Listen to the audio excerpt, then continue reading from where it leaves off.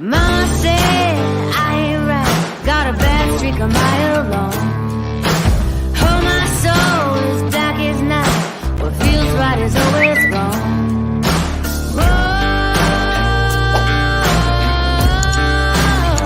Like a hard, hard rain.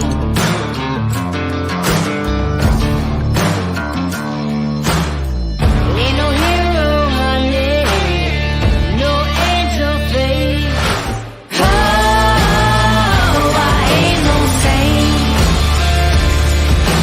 Oh, I'm cold as fate. I'm sharp as steel. I slice you through. Too numb to feel, too hard to prove. Oh, I ain't no saint. Hello, and welcome to episode 8, Synonymous with Infinity.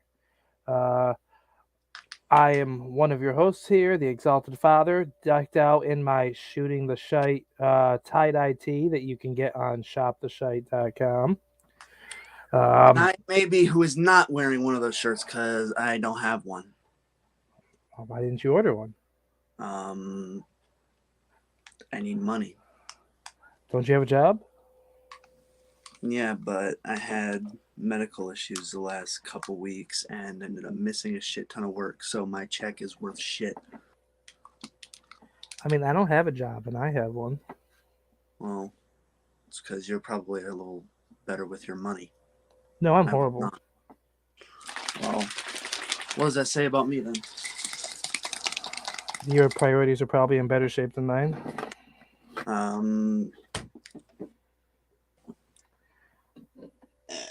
Well. And hey, look, I'll go with there's that. Brooke. Yay! You know, I'm very disappointed, Brooke. I haven't received any memes from anybody.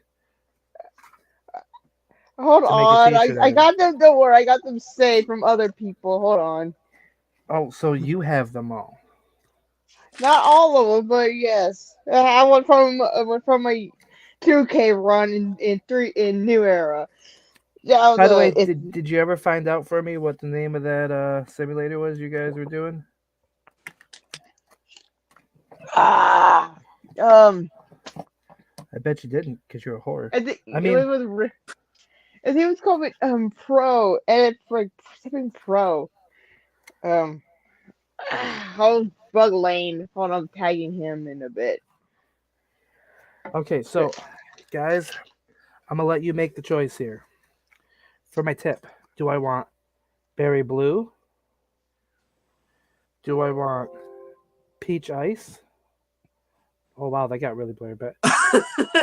Okay, so I have a better laptop, so now I have like the blur option for my background, and it's affecting this. Peach ice, island hopper,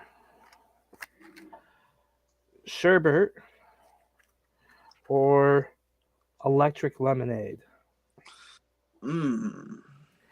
Okay. Now these each have 2 flavors in them.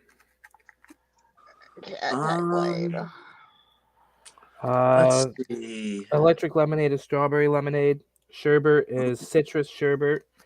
Island hopper is mango pineapple. Peach ice is cool mint and peach.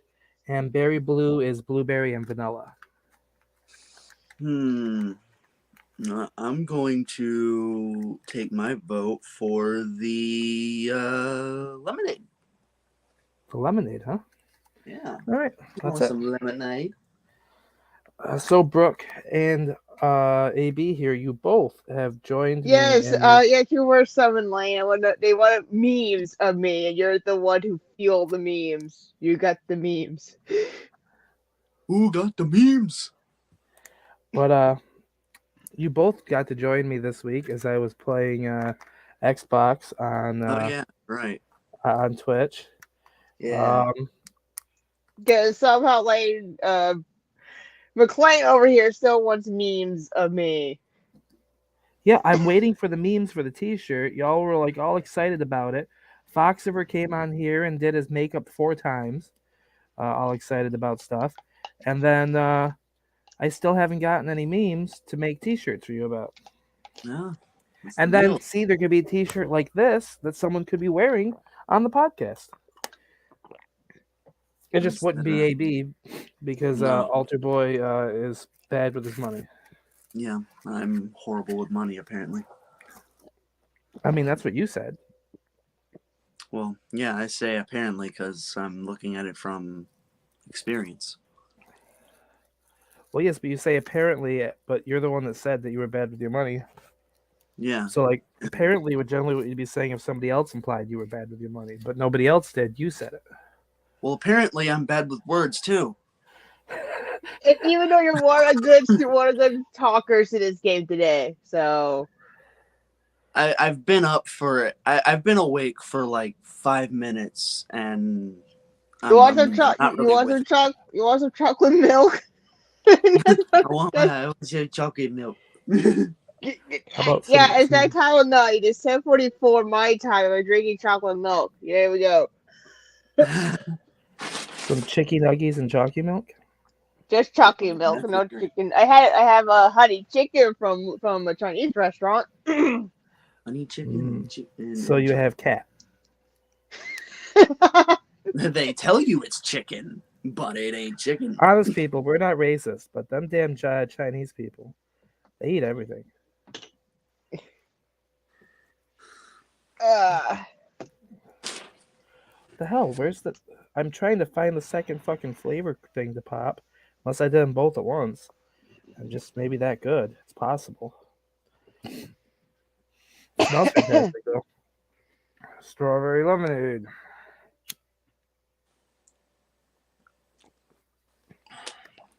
That looks like a Walmart bottle of water with flavor stuff in it. Well, I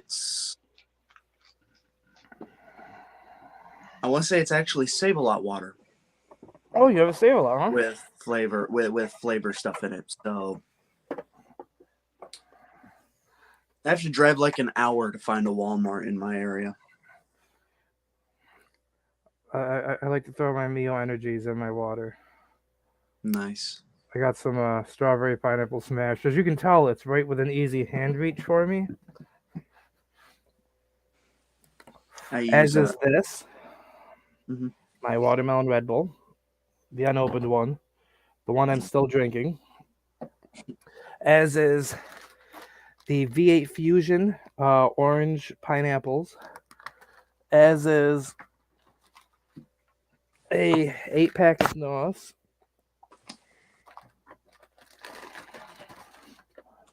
This is all like right around my chair. And then the new V8 Fusion pack that hasn't been opened. Over to the side here that I can't just reach right now is my Dr. Pepper cream soda.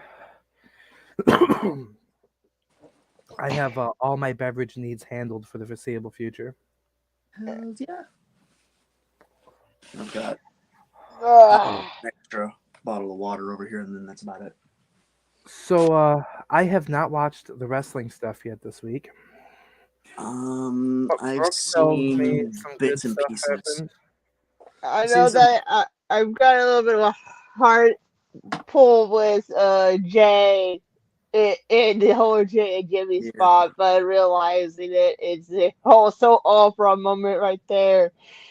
Ah, full soap opera between the bloodline. Yeah, right. Yeah, I loved that segment so much. It was so good. I got a little temporarily distracted because I went to YouTube real quick, and we have a WWE 2K23 first look my GM with Austin Reed and Tyler Breeze. Oh yeah, I haven't seen any of the My GM stuff yet. I've seen a little bit of the My Rise and Creation Suite stuff though.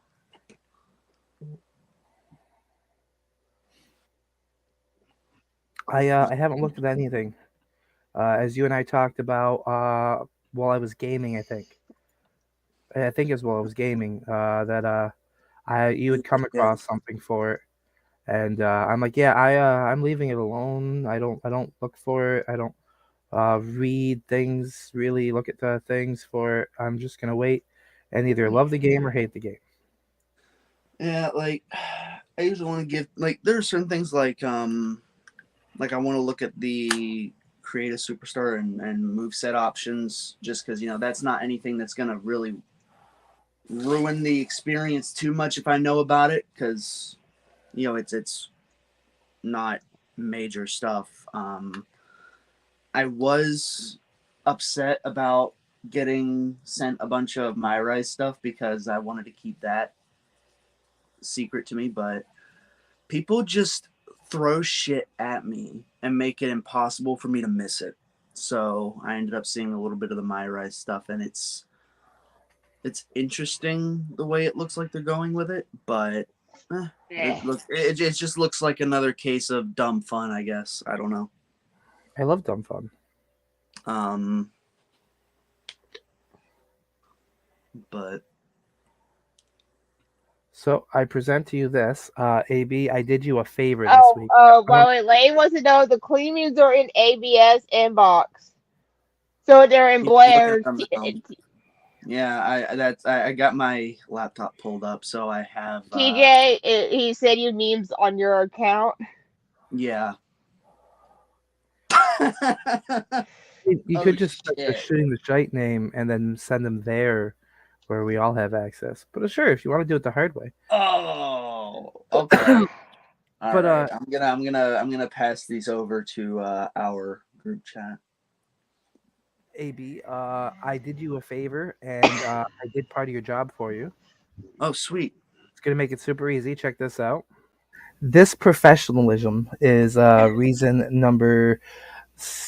AB, you got to start writing these down.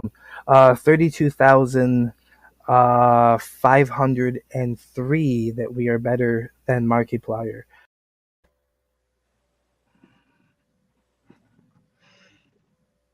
You got that?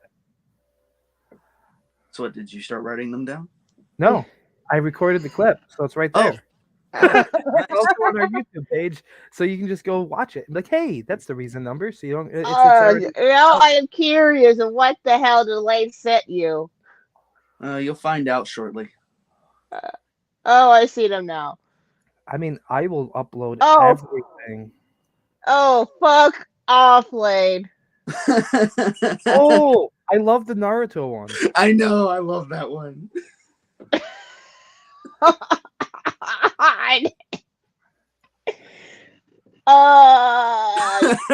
Naruto one is nice.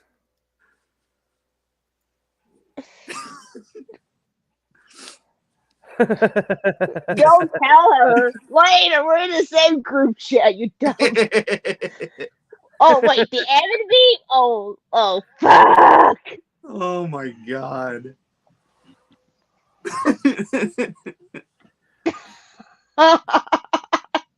Oh, man, it's going to be a tough time deciding. It's going to be a tough time deciding what to use for a... Yeah, it'll be... Let's see. I love this one, but I'm afraid we might have copyright issues because of the Naruto. Yeah, maybe. That one might be a tricky situation, but it's hilarious, though. Oh, God, not the pants one, Lane. No. Pants one? In a feud. Okay, before he show you the phone when he finds it. I was part of a feud with I'm part of a 2K fed called New Era. My character Lenore was dating the world champion at the time, Corey Heck, and he was feuding with Evan Jones. Short end of the stick, Jones Rick rude me, meaning he put my photo on his pants trunks. Oh, that's hot. Were you like, yeah, I like it like that. I like it like that. I like it like that. Oh, God, he said new ones. I am so totally not playing a computer game while you guys talk. I am so totally not scrolling a fucking wrestling site for things to talk about. I mean, that would probably be a good idea. I might regret this. Lane, you're getting a little shit type butt in here. I'm totally not playing that game right there. What is it? It's My Time at Sandrock, Oh, the sequel to My Time at Porsche. gotcha. I have never heard of either one. Still in So early access. Think something like Stardew Valley, Story of Seasons, Harvest Moon, but with like I'm not sure what to use as a description on it. But fair but enough. yeah, something like that. Fair enough.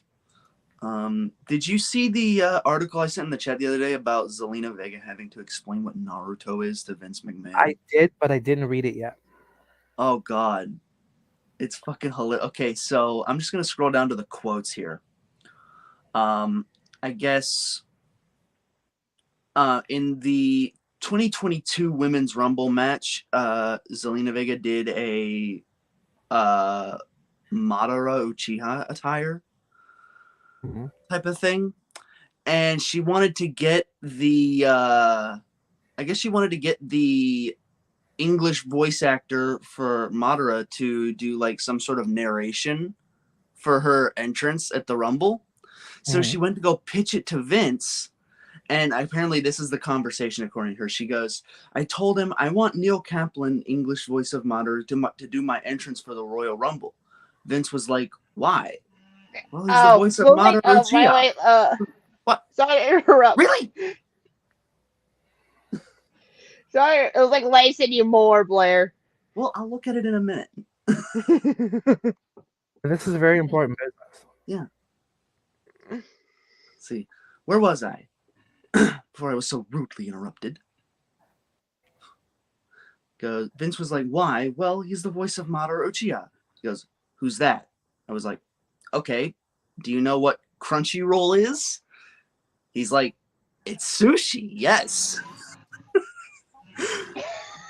I said, Crunchyroll is like the Netflix of anime. And he says, okay, I get that. So Naruto is like the WWE of anime. He's like, okay, I like Naruto. This is good. Madara is kind of like what Paul Heyman is to Roman. And he's like, okay, we need it.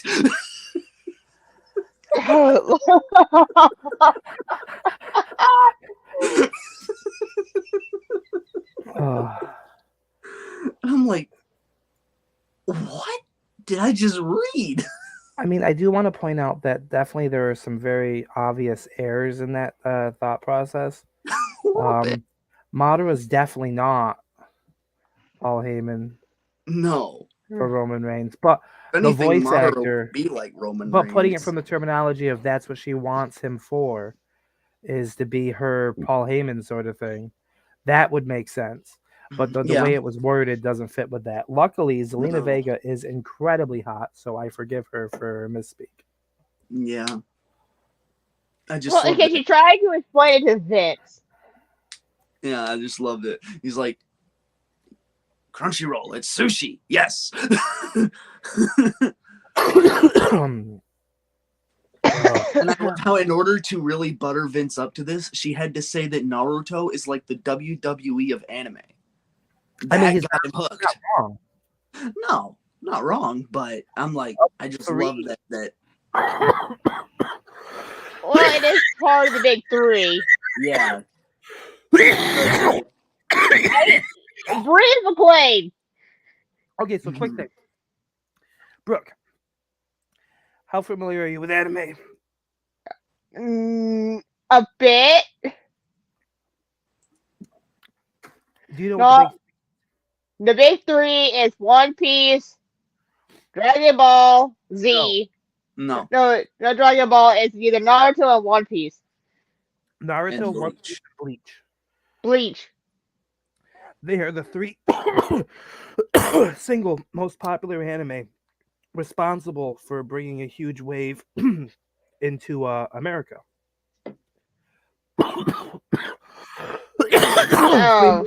Successful that made the most money for Shonen and Shonen Jump, which is what became. Oh, fuck off, Lane, with the pizza memes. So, in essence, that would mean that yes, Naruto is like WWE. Yeah. Although it's funny because, I mean, well, Bleach just came You have back active last stuff right year, but before that, like One Piece has gone on. One Piece has gone on uninterrupted for all of this time. So really, Yes, but up until now, Naruto was the only one that has a trilogy. It's seen progression. It's not the same story that's still going. It is, but they're separated by pieces. You have yeah, I Naruto, guess. you have Naruto Shippuden, you have Boruto, Yeah, you I have like to the talk about Boruto, Golden Era, you have the Attitude Era, you have the Ruthless Aggression Era, and then the PG era. That's which what Boruto is. Boruto is the PG era. Yes. Shippuden was so long, you could like encompass that into like 2 or 3 of the WWE eras into one. Oh. Because that shit was like obnoxiously long. regular Naruto is longer. Do what? Regular Naruto is longer than Shippuden. Is it though? There are 9 seasons of the original Naruto. Over 5 of them, 5 or 6 of them are filler. Hold on. I want to fact check this. Let's see. Make sure you look for full episode count, not just the ones that don't count filler episodes, because most people only count Naruto as like 3 seasons. All They right. ended with Sasuke retrieval arc.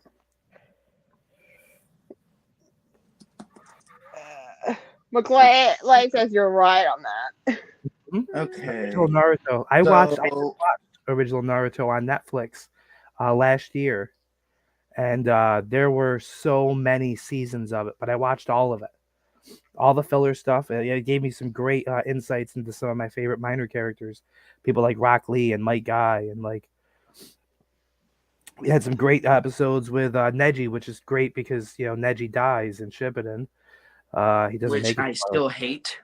Actually, no, Neji does make it to Baruto because we do see and talk to Neji throughout As a, Baruto. as a fucking what? What is a fucking ghost? No, they go back. Yeah. Wait, what? They travel back through time, Oh yeah, yeah, I remember that. Yeah, I remember that now. Yeah. So yeah, and we do Neji's get a the little bit first of one that Neji in picks there. up on who he really is, Yeah. but doesn't like let on. And yeah, there's so many fucking filler episodes. But like Naruto's my jam too. So I actually got a little Jiraiya figure. I don't know what I did with the Timu bag. I don't think I brought it over here. But I have a little Jiraiya figure, a little Orochimaru figure. My wife got a Choji, and yeah. Okay. We Okay. don't talk about Baruto. Oh, we don't talk about Baruto.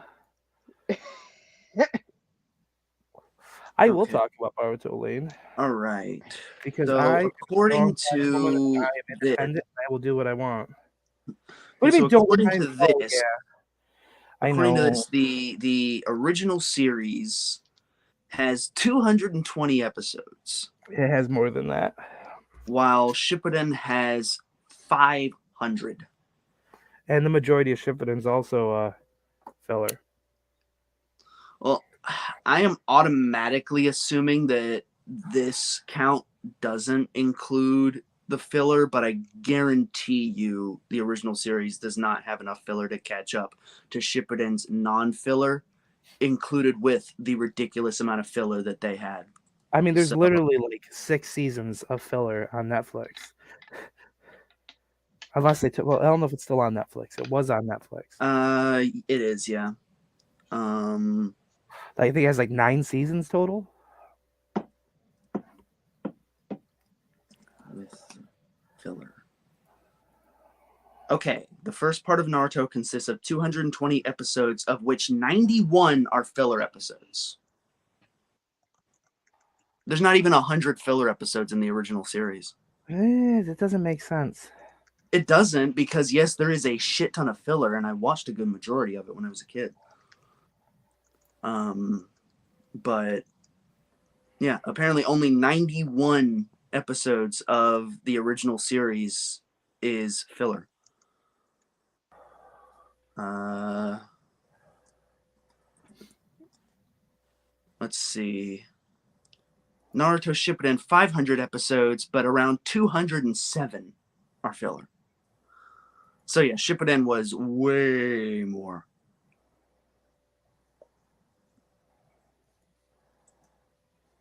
Like, yeah, the original series had like 6 seasons of filler, but Shippuden had a year straight of filler at one point. Full year with this filler. Like 6 months to a year of fucking filler. Of them in the fucking dream world or some shit. It was ridiculous.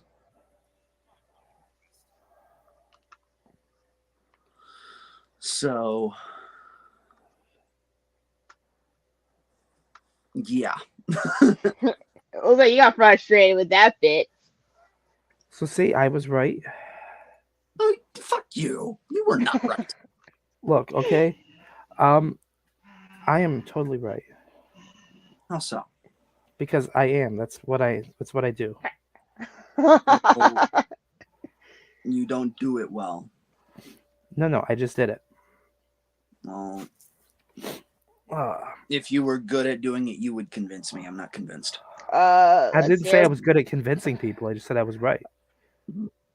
Like Think of I how said, long Bleach people probably had them beat. rolled around. They, I don't believe it's flat. wait, isn't Bleach beat them in filler episodes?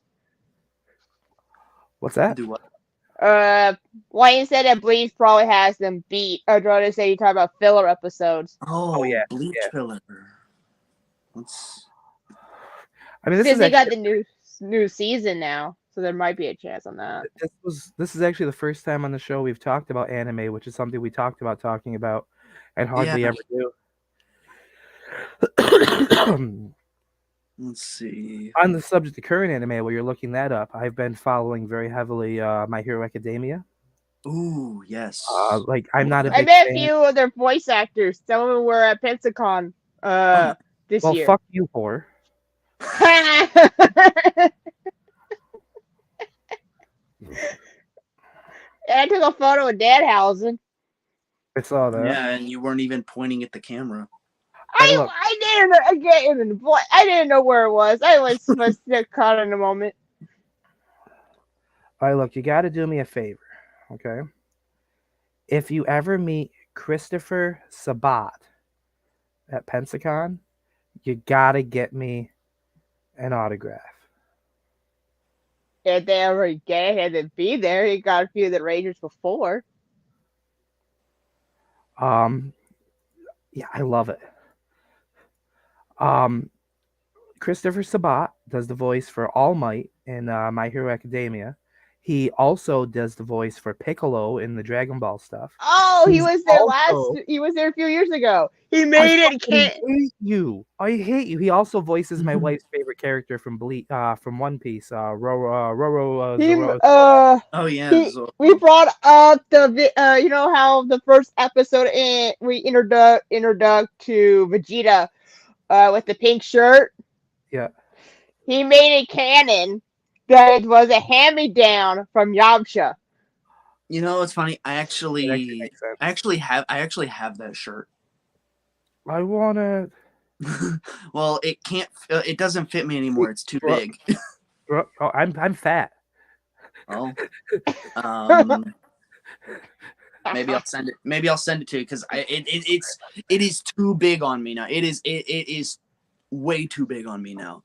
I will totally wear that during a stream. I mean, you see my Majin hat, right? Yeah. Oh, that'd be perfect. The voice actor of Goku was there, but I couldn't get a chance to meet him because his line was so long. Meh.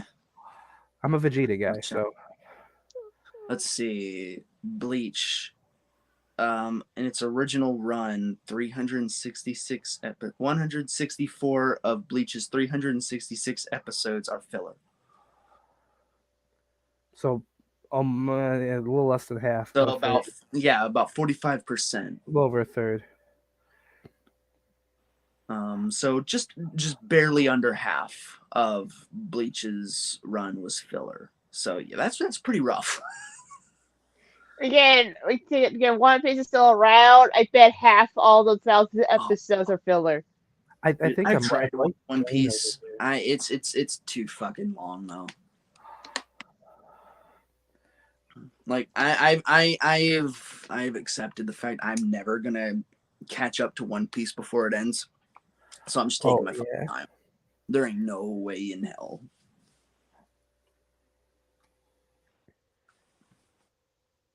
Um, I know that for coming up for next year's Pensacon, we got 2 voice actors from American Family, American Dad, are going to be there. Who plays the daughter from the show? Yeah, I don't know anything about that. yeah, I don't watch any of that shit.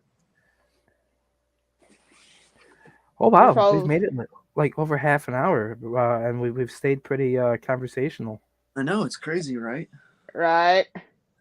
Now, if the captain had been here, who knows what the fuck would happen? I'm also more sober than recent weeks. Like that's my first joint of the day. I haven't even eaten an edible in hours.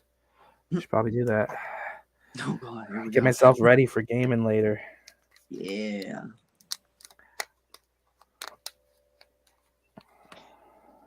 I just promised that I got almost all my promos done in one whole setting today. So yeah. I also did not realize that your fan was admin approval. So Yeah, here's the thing. Here, funny story about that.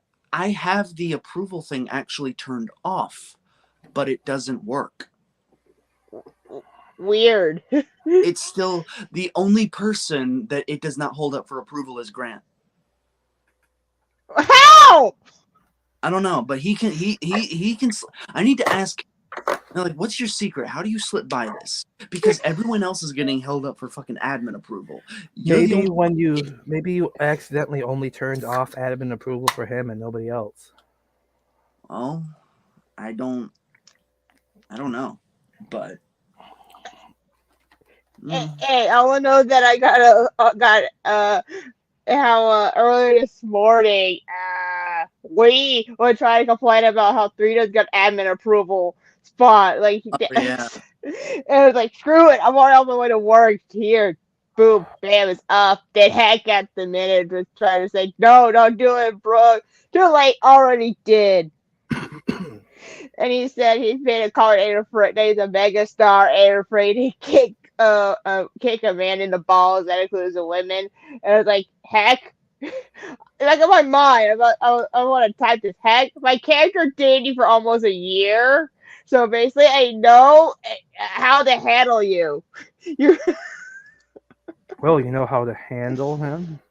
It's been a year since my character dated. We're both our characters dated, so. Then Blakey was a little bit unhappy with that storyline from the get go. He was jealous of the whole situation. You guys love my beautiful I could home. hear the fucking confidence in your voice there. Yeah, he was jealous. He was. Believe how comfortable he was when we first started before we were dating, and I was like, "We're just doing it for a storyline." I He's hope like, you guys what love the my fuck have beautiful I home. walked into here? There's a lot of he's busy with the green screen effects, so people don't see his You background. love my beautiful home. It's very nice, right? Oh yeah, it's fucking beautiful. Yeah, I'm really moving on up in the world, you know. I'm gonna be official. Look, here's from our official news station. Wow. And you know, now that I'm on Twitch, I got that too. Super shite. Hell yeah. See, from what I know, trying to stream from computer off Wi-Fi is an idiot's game. So It works fantastic for me on this laptop. really, Mm-hmm. I don't know, I've always been a little weary to try it because I just hear horror stories about trying to stream off of fucking Wi-Fi, and I don't have the best internet anyway, so I have fantastic internet. I pay extra for it.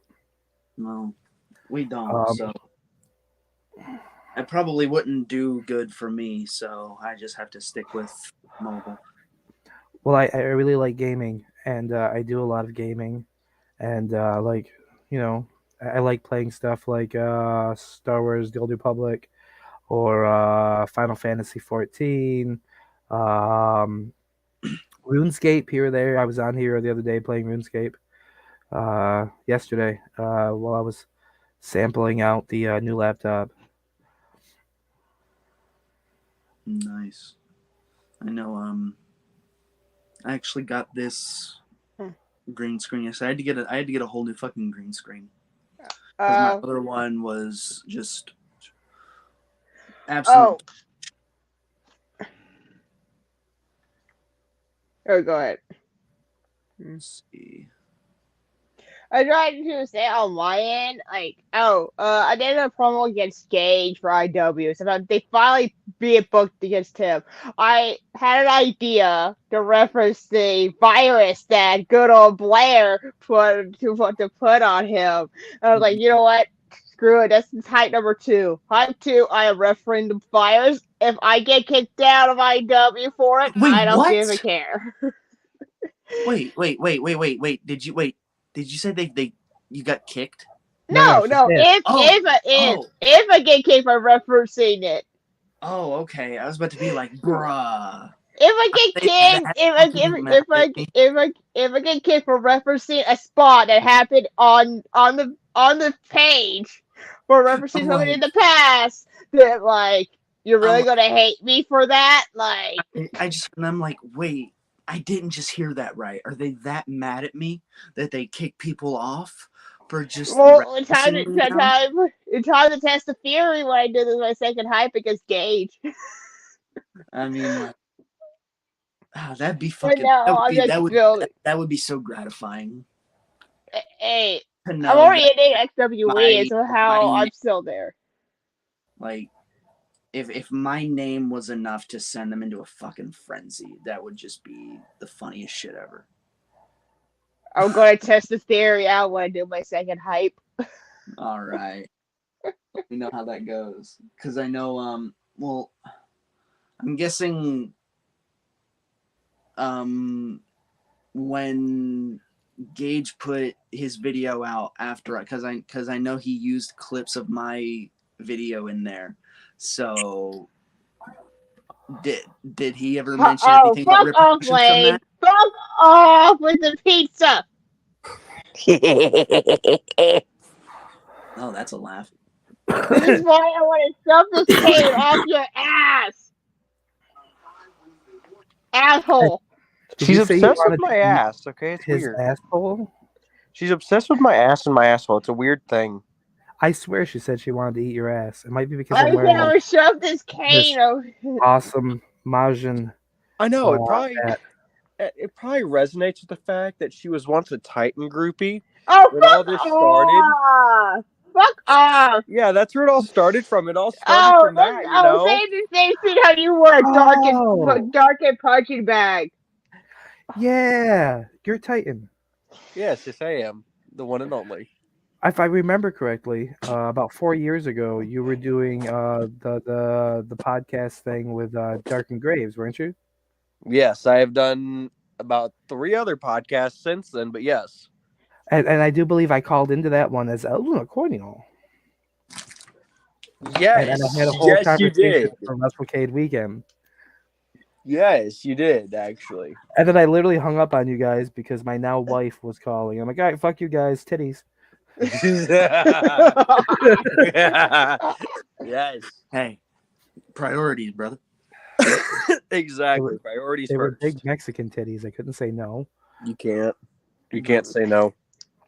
Mm. Not possible. Coincidentally, her favorite One Piece character is also Zoro. I don't blame you. Oh, that her. She loves Zoro. So I think I haven't watched right enough One now, Piece. I am right in the middle of Thriller Bark. No idea what that is. The Thriller Bark arc where they meet Gecko Moria. Well, to explain, I've watched 3 episodes of One Piece, the first 3. Oof. The So, last time I watched it, I was like somewhere in Alabasta. So Ooh. One Piece is very intimidating. It's it's just way too fucking long.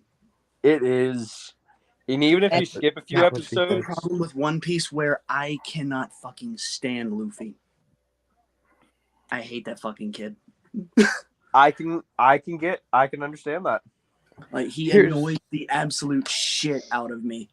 I am about to drop a major anime fan confession on you guys here. Okay, Okay, let's hear it. I have only watched 3 episodes of Bleach. Not Bleach. One Piece. You I've made me watched- fucking choke on my water here. Only 1 episode of Bleach. I have completed Naruto, but I've only watched like 100 episodes of Shippuden. Though I did watch the entire Great Ninja War arc on a YouTube video I found that had them all pieced together. It was like 7 hours long. Fourth Great Ninja War arc. And I've watched like 200 episodes of Boruto, but I have not actually watched the entire Shippuden. So I haven't actually completed any of the big 3, even remotely close. I think you should make Bleach a priority. I was about But, to say, if anything, it doesn't matter. If you even get remotely close to starting One Piece, you will get very much so hooked into it and you'll want to continue to watch it. Naruto Shippuden is a very, very much so convoluted story. Like we were talking earlier, Yeah. too much filler. And if you are one of those diehard fans that watches the filler, I do. then it will take you a couple years to actually watch it all, depending on how much time's on your hands. I mean, I killed the original Naruto with all of the filler episodes in We've like been over this. That's couple nothing weeks. compared to Shippuden. But No, that's about half. Shippuden is nothing. Naruto's nothing compared to Shippuden because of the fact. Okay, allow me to give you this time gap. Only Arthur will get this. There's something that happens in episode number 60. You know exactly what I'm hinting at. I don't remember the episodes by number. It's the episode where they first revealed the 6 pains. Okay. You know exactly which fight I'm at. Oh. There it is. There it is. And they do not let anybody else in the show realize what happens until episode 119. 50 freaking episodes later. They act like, oh, he's just away on a mission. He's away on a mission. When there's a whole ass episode dedicated to this man dying. So we're just going to act like that didn't happen 40 episodes ago? Like the most heartbreaking fight, the most heartbreaking death ever didn't happen and didn't get recognized until episode 119. Yeah. That's bad. Episode 60? Okay, you're at the Akatsuki arc, right? In Shippuden? Yeah.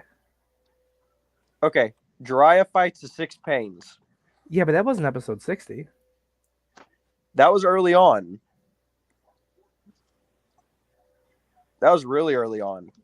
Because Right after that, they started 60 was Fudo, Yamato, Fuka.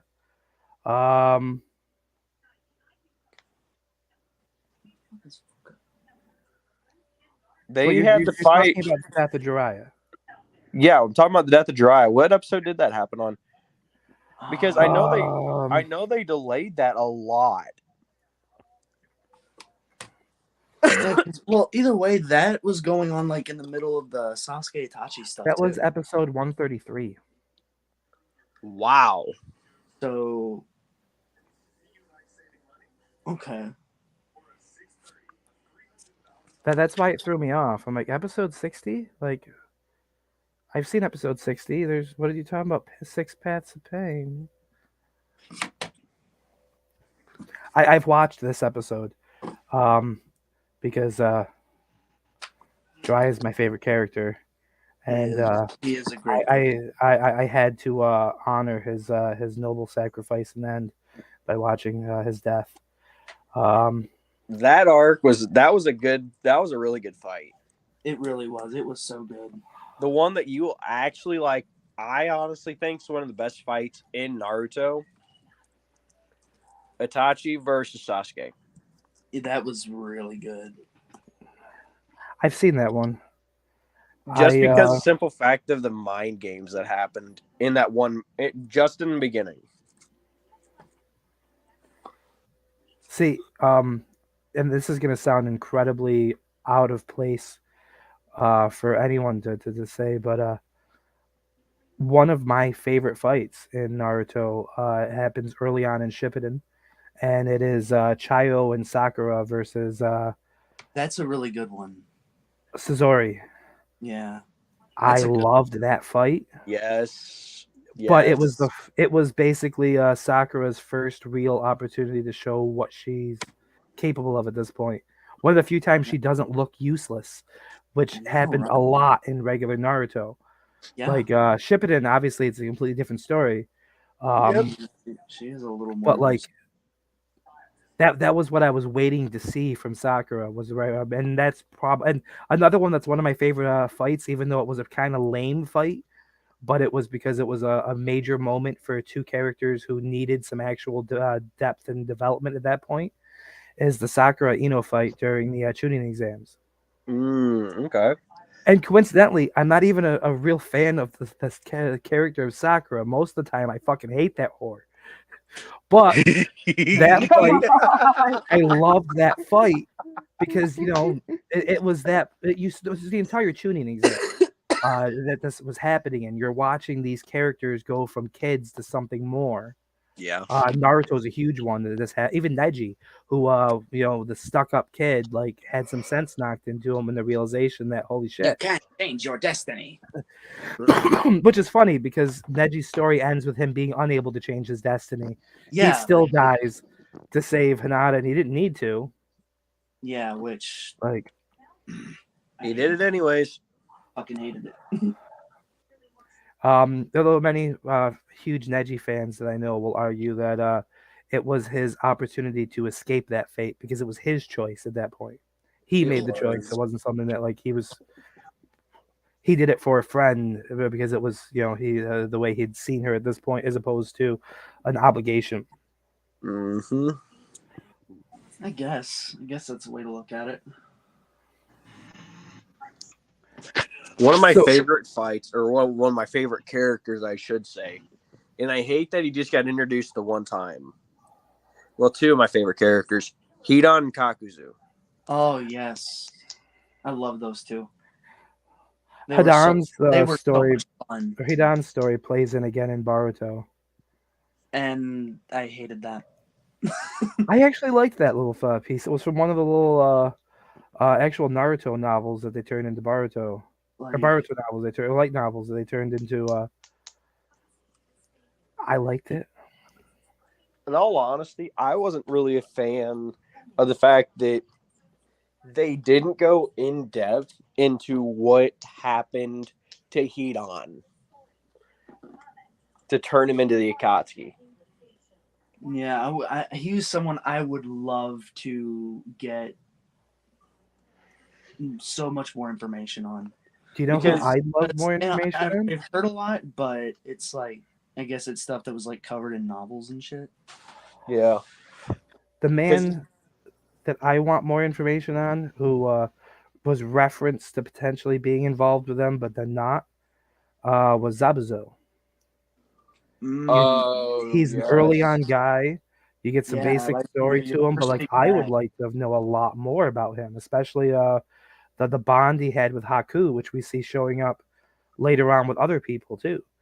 Yeah. Well, I can actually piece that together for you a little bit if you want me to. I would love that. Before you do that, however, because I've been excited about this, and you've referenced it in there, and I have nobody else to talk to about this because nobody else I talk to is as adamant about it as I am. Dark Deku arc. That Ooh. arc, I have It's playing seen, out in the anime now.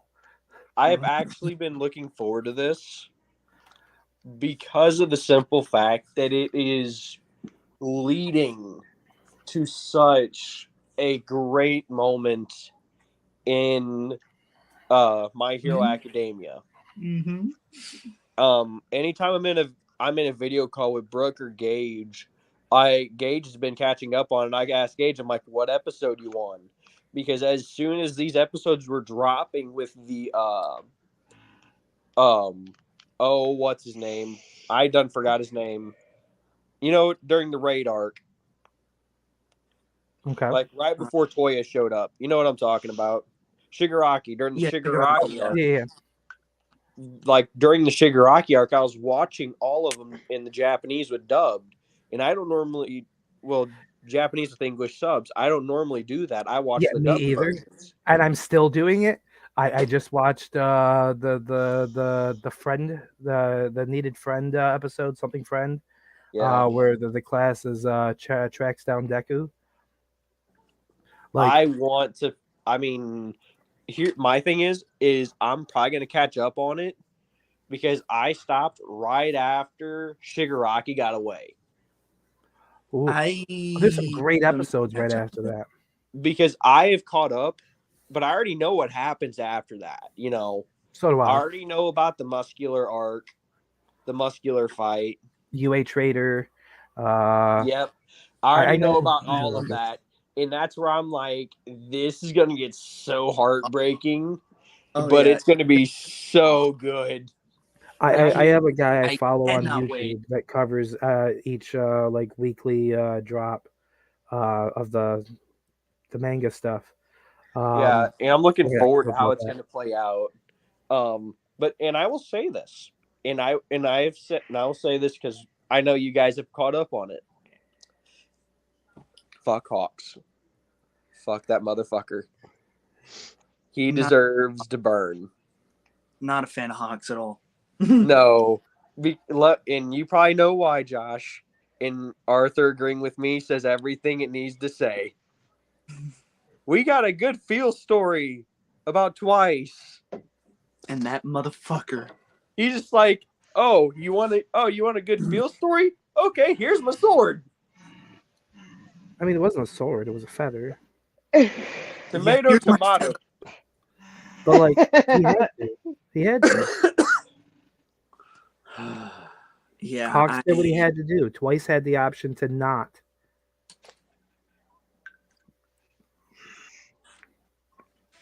didn't have to kill him though. It's the only way to Exactly. stop him. Like He had to stop him.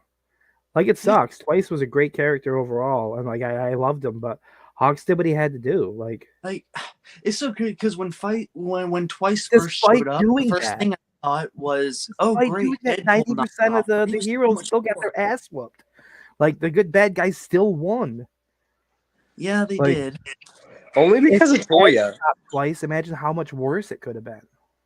I mean, I will say it. Hawks will I don't know if I have not even read into the manga to see if Hawks will retire or not because of all of his feathers being burned. Oh no, he's still there. Okay, because they never went into detail on that in the episode on what happens if all of his feathers get burnt up. He still has some, Because and they're growing back. okay, because what they showed on the anime was that his wings were just stumps. Yeah, they got that low, if you remember correctly, and almost, but not all the way, but that low, in the Nomu fight with Endeavor, the Endeavor Arrives episode, Oh yeah, yeah. Yeah. aka the don't forget about Endeavor episode. Yes. I that's what I like to call it because of the whole Yeah. "Don't you forget about Endeavor." You know what I want? I hope I can find it. I haven't yet. I haven't looked really hard either. Um, in those seasons, when they show the little Hawk's little Endeavor doll that his mom got him, um, I want one. I Oh, want a yeah. little plush Endeavor like that. I love and hate Endeavor at the same time. Um, I do too. At like this point, you have to. okay, Yeah. yeah, he did some fucked up shit. But maybe it's because I'm a father, and I know that sometimes in the estimation of our children, the shit we do is considered horrible. But like we're doing it for a good reason. Like maybe that's why Endeavor has a certain thing for me. But like I really like his character. People bitching about him having no like growth or doesn't deserve redemption. Like I'm He's watching had this man do what he he's had a can. crazy amount of growth. What are you talking about? Definitely. And I Like mean, I see a lot here's of like my thing. anime fan groups bitching. Oh, he doesn't deserve redemption. He See, doesn't this is deserve a why I redemption don't arc. He's a piece interact of with, shit. like the Like this is why I don't interact with like this is the why most people majority have of like daddy issues. because it's just so fucking toxic. Yeah, that's why I don't. I'm about to say the anime fan groups anymore. They're just so toxic, like Arthur said. Yeah. Like they want to go. Like, They stick to their one fan theory that they have came up with themselves, and they stick to it. yeah, and they just say it over and over again until they think it's not just a theory, that it's the truth. And then all of a sudden, when it's not, when the writer of the series decides to go a different route than what they're saying, guess who's the first one's bitching? Yeah, and then Not all casual fans like us. no. That fan base, actually, that toxic Mhm. fan base, and that's what makes the anime go down in popularity. Yeah. That's what happened with Because- that, and I mean, and I will say this: this is exactly what happened with Bleach. Mhm. A lot of the fan base was on board with it, and then a lot of fan service happened, and then one thing went wrong, namely the bounce arc. Just saying. Even I Blair agrees with you with I that. still haven't watched that. I keep saying I'm going to. It's a Eventually, good arc. I want mean, to go back and like watch the actual like filler arcs, just because the I need bounce something arc to fill is my mind. actually pretty decent. I will actually say it. My first memory of Bleach, actually, because I had watched it a little bit when I was a kid, but then when it was around the time I had just discovered Bleach on Toonami, and then they killed Toonami off like around that time. So then I didn't have access to Bleach at all anymore for fucking years. And then in like the last 4 or 5 years, I've really started getting back into it. But I have this one standout memory from the first time I saw Bleach, and I've pretty much narrowed it down to it was whatever it was, it happened in the Bount arc somewhere. That does not surprise me. And I will say the bounce had a different way of doing it. And it gave a pretty good little nod to a few people at the time. I'm still mad though that they didn't use Kenpachi like they should have in that arc, Uh-huh. but it was still a good arc. But with My Hero, though, with that, the writer is doing everything the right way. Oh yeah, from what I gather, absolutely. Ichiro Oda, the writer of I want to say One Piece. Yeah, I think Oda's One Piece. Yeah, Oda's One Piece, the absolute gem of a man right now. I checked on Funimation. One Piece is still doing English dubs right now. Wow.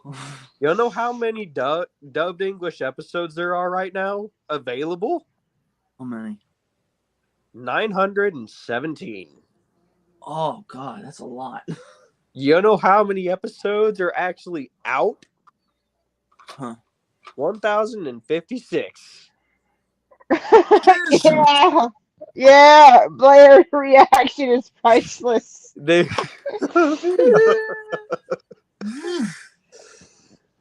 Longest episodic anime series in history. yeah, they are. They are actually. They have gone past. I think they have passed The Simpsons. And it's crazy because it's gone this long, and from the sounds of it, it hasn't really become uninteresting. Like, it's still interesting to everyone who's still like following it. Oh, when I Like, was at it's still Pentagon, I see a lot of cosplayers dressed up as different characters from One Piece and My Hero. I see a Spider-Man dressed as My Hero Academia. And my thing is with. I'll say it from One Piece. I'm in the 350s right now. Mhm. I'll round it up. I'm in like 345, 346. Rounding it up. It is not like even in a filler arc, they always keep it interesting because they were producing the episodes just like Bleach as the comic was coming out. Mhm. So they were waiting on Ichiro to produce a comic for them to make episodes with and a whole arc. And he's like, hold on, you guys. Let me write this and make this actually beautiful before you guys muddle it up. While Bleach is like, you know what? We ain't waiting. We're going to make a filler arc. Yeah.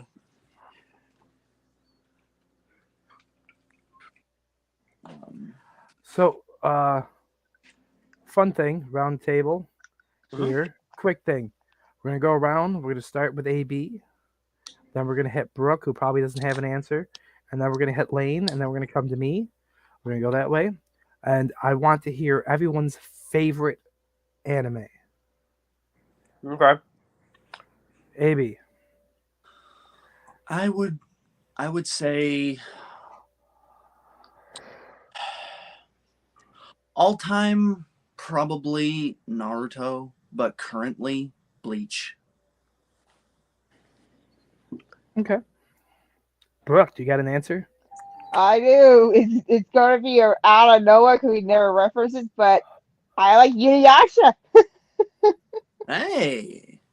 I've That's an watched out one of episode nowhere of one. that. I will actually say it. Lane, Mm. keep your mouth shut. It's his turn to answer. He can't keep his mouth shut. I can't really. I'm sorry. Mine right now, I will say. I mean, I will have to say My Hero right now, but all time, I cannot go wrong with One Piece. All right, for me, if I go right now, I have a number one and number two because number two is closely followed for me. Yeah. But number one, hands down, because it has more content, My Hero Academia for current. But number two, right behind it, is Chainsaw Man. I've had, Oh and yes. honestly, Tokyo Revengers too. But Chainsaw Man right now is one of my favorite. Like, I got fucking this within arm's reach. Okay, uh, it's Oh, that it's reminds me. fucking great. I The show's saw a great. Chainsaw Man cosplay at the con, and my work was there too, right? I work at a library, and they had the Chainsaw Man manga right up front of the van sitting area, and I was like, "You someone ask him they hold the manga with him," and I was like, and somehow they did it. Like that would be so meta right there. Have the Chainsaw Man read his own manga. It would be. It's hilarious. The show is hilarious. But my all-time favorite, and this one is definitely going to come out of Left Wing, but it's perhaps one of the more influential anime that doesn't get the same recognition as a lot of the other ones, and that's Gundam Wing. Okay. A Gundam. Okay, that is one I will actually say. Speaking of And the Gundams, Like I love them all, but my favorite, all-time favorite, is I think it's just Gundam Wing, Mobile Suit Gundam Wing. No, not Mobile Suit, just Gundam Wing.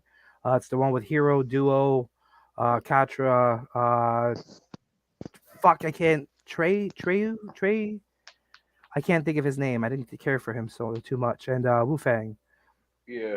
I get what fucking love that one. Which, by the way, Attack on Titan, which is also up there for me for current. Has it does a nice little Trace Marquis reference if you look hard enough in the way it's coming to an end. Much is. like I saw one of the newest episodes.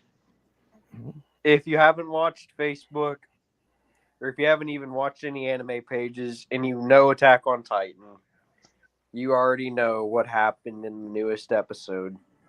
And I bet ever since the anime came out, there'd be a lot of Attack on Titan reference from you where they're playing. I don't really care. Everybody's used it since I started eFeds. I started eFeds 1 year after the actual series came out. Did you realize what was going to happen when you came up with the name of Titan? And coincidentally, No, that was I really 3 years before the second season. The thing is that I did not know that the actual anime was out at the time. I was not even into anime at that point. Brooke, are you vaping? Yes, she is. I'm using a Vicks vape pen for my allergies. Sure, that's why you're hiding behind that, and you're probably not wearing a bra. She's vaping weed. She's vaping. She's vaping weed. You know I don't do that. She's hiding the weed from us, boys. She's hiding the weed from us. Look at her eyes. She looks high. She looks like she's hiding the weed from us, boys. That's a problem. That is a problem. That's not vaping. She's doing lines in a container. Wow, that's next level. Another one for me. 2 more for me that really I should put on my list. That I absolutely love and I'll watch over and over again. Tokyo Ghoul. Haven't watched it. And Gundam Iron-Blooded Orphans. Oh my god, Iron-Blooded Orphans still makes my wife cry thinking about Hot Pie. Hot Pie, no.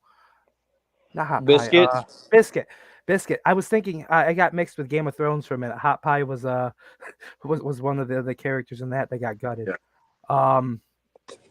But that's why I never watched Game of Thrones. You get too attached to a character, boom, bam, they get killed off every. Okay, I'm a Doctor Who fan. Yes. I watch Game of Thrones and I like anime. Okay, so I'm used to people I care about dying left and right. I can't think of the name of the book series now, probably because I'm high. But there's a book series I read too. First Law series. Yeah. It's grim dark fantasy as well, and the same thing like that. I fall in love with characters and then they die, and I want to like, I hate you, but I'm gonna keep reading. No, but Iron-Blooded Orphans was one of my favorites just because of the fact of how they wrote that series. My wife still refers to Mika. Is it Mika? Yeah, no. Mikasa as a little psychopath. Little psychopath. He is. I mean, you just tell the kid, he's like, hey, I need you to do something. Very first episode, by the way. And he's like, sure. He's like, you aren't even going to ask what we're going to do? No, you're asking me. We're good. Yep. That's the sad part. He's like, we're good. Let's go do this. Coincidentally. Just pulls the slide back and it's like, let's go do this. Coincidentally, in that regard, he and Denji have something in common. They're both basically like dogs. Oh. Denji being the main character from Chainsaw Man. Yep. Like in the first episode, same thing. Like he'll do anything. Like that's just a testament to what they came from. And Gundam in general, like any of the Gundam series, any of them are amazing. They're so they're not afraid to show how desperate people can get and for why they get so desperate. Like they have no problem shining a light on like the horrible things that people go through. They definitely don't have a problem killing kids. I know that. Oh no, Iron-Blooded Orphans really showed that. Yeah. I mean, and I only love Iron-Blooded Orphans because of the fact of the final fight in the first season. The leading up to that. Is Which that was the blockade? Yes, where they're trying to get to the assembly. Yeah. Where they're electing the new speaker. Yeah. And it was just Ein was that big ass Gundam. And then it's revealed that I forgot what his name was. The other Gallarhorn guy was the actual guy that was helping Mikasa and them at the time, and it was just like a total betrayal that I absolutely loved. Yeah, the whole I loved that series. I watched that a few years back. The whole thing. Though Gundam Wing, the regular Gundam Wing, is still one of my favorites. That I came across on a Toonami block, and I was more into watching that than Dragon Ball Z at the time. And I don't blame you on that, actually. Like that's what sucked me in, and then got me watching the other stuff. But yeah, like I in fact, and I was on high school back then, like junior high school time frame, and I insisted I was never able to get one, but I insisted I had to get the whole priest collar get up so that I could pull off the duo Maxwell. He was my favorite character, him and the Death Scythe. Yeah, I remember watching the Endless Waltz when it dropped. First came out the movie, like in Japanese, and I'm one of those people that prefer to watch the English dub.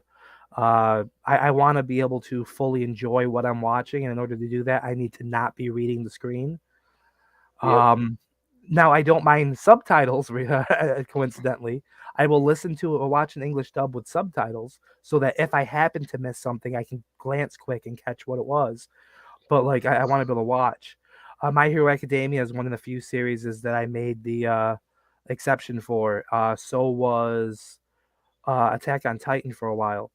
Also, can I just say, Rumbling is my favorite anime intro of all time, followed by Bring Back from Rising a Shield Hero, also one of my favorite current animes. Yes. Rising a Shield Hero, I will agree. First season, they did that beautifully. Dude, the first time the Iron Maiden was used. Okay, yes, I will agree with that. I loved it. My favorite episodes whenever he first used the cursed shield. Yeah, that's with the Iron Maiden too. I loved that episode, and it just like it showed the connections. Are you talking about the fight with the priest? No, I'm talking about the fight with the dragon. Okay. It gets the see. I think of the major curse one with the priest. Yeah, there's because like 3 more incidents where it happens in that season. Because in that instance, the curse shield's overpowered by the dragon. It's the dragon curse shield at that point. Yeah. So he's got the evil of the dragon there too. And then the tortoise, world tortoise arc that followed shortly afterwards helped him with that. But oh, it was a great moment to use it.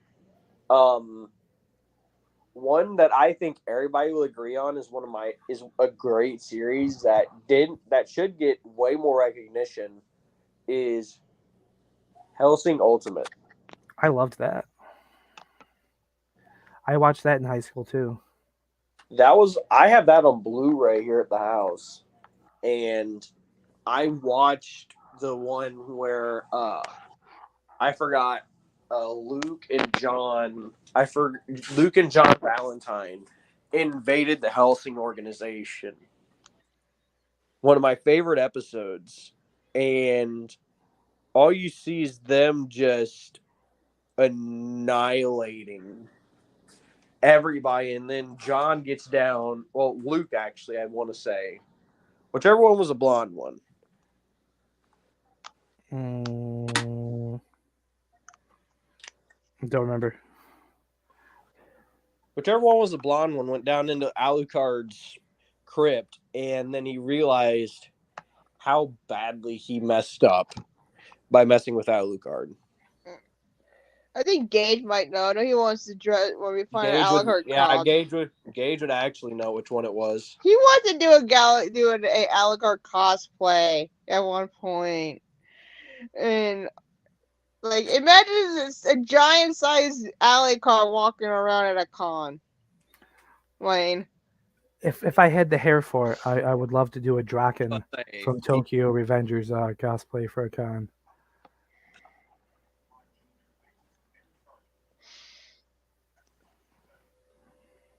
I can see that. You know who that is? I see a lot of photos around. I'd even get the dragon tattoo on the side of my head. I have a tattoo gun. I'll do it. Do it. I don't know how your wife will handle it. Like, does she want you to have a tattoo sign on your face? I mean, my wife wouldn't care. She loves tattoos. She'd be like, all right, what are you doing for me? I'm like, well, it depends. What are you doing for me? It's like, we got to trade here. You know, it's a trading system. Oh, okay. The tattoo ink won't be the only thing being injected into. Well, then. Injected into you, buddy? What's that? You getting something No, my wife. into you too? My wife. There's a comment about my wife. They're like, oh, well, what are you going to me? I'm like, well, hold on. The implication being she'd want the tattoo too. I get what you're trying to do there, AB. I get it. I don't know where the spine of yours came from. I don't think maybe it's because you're sick, okay? But we got to get rid of the spine, okay? No more spine. I'm the bully, and you're the bullied. Remember this. Hey, he pulled an interesting back forth with Zelzabar and the Hangman and BLW, and I was like, oh, okay, Blair, I see you, buddy. For someone who like always doesn't have the backbone on here, it's like, where was this? See, you need anger management. Promo. I don't need anger management. Fuck off. Stop elbowing things. Like, are you watching what's going on XWE with Blair? No, I don't watch anything unless I'm booked in a place. Blair's giving a stock at anger management. Yeah. I'm doing a story where TJ Blair is currently trapped in an anger management facility. Because you have to hug it out? Because he bludgeoned a man almost to death with his he brought his IW Money in the Bank briefcase to XWE and almost beat a man to death. Okay, yes. But have they never heard almost only counts in horseshoes and hand grenades, and that's neither? So in other words, you need to use hand grenades and horseshoes. And horseshoes. Yeah, that's just gonna be your gimmick now. I just dropped a nugget. That's gonna be your gimmick now, Arthur. You get your horseshoes and hand grenades. You're the only who has a great memory that refers to me by my fucking real name, by the way. Because I don't know you that well to call you by your real name. That's why. It's actually because I was in another group chat with some other people today, and we were talking about because one of them didn't know that I was Tyrion. Also, Tyrion was me, and somehow it got to a point of someone asking what I prefer to be like called, like name wise, and I'm like, oh fuck, because I have I have accumulated, like, I shit you not, I counted it up, 14 different names. 14? Everyone refers to me by. It 14 depends. names. I That's refer why to I you call as you different Arthur. things. Yeah, in private at home, when my wife and I talk about you, refer to you as Arthur. But I don't on air, just because I don't know if you want to be known as Arthur on air, so I don't. I don't care. Thus the AB comes into play. Yeah, that's like that's kind of the closest. At this point, I don't care if you will call me Lenore or Birdie or Raven. I don't care. I'm kind of got used to it by I've this point. kind of Boom. gone by like whatever that specific person was introduced to me as for the most part. So Like how I used to know you as TJ Blair for the longest time before Yeah. I saw Do you know? Do you know how you were introduced to me as?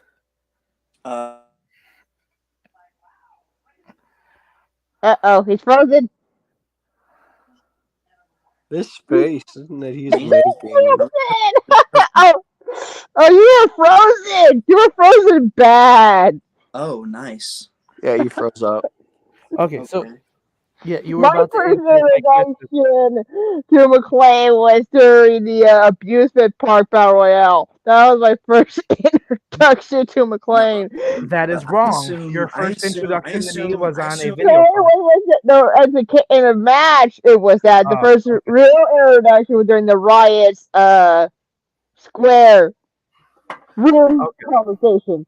I was Was like, it- screw it. I was bored, let's do it. And I had a weird interaction with Jones that day. And I was like, yeah.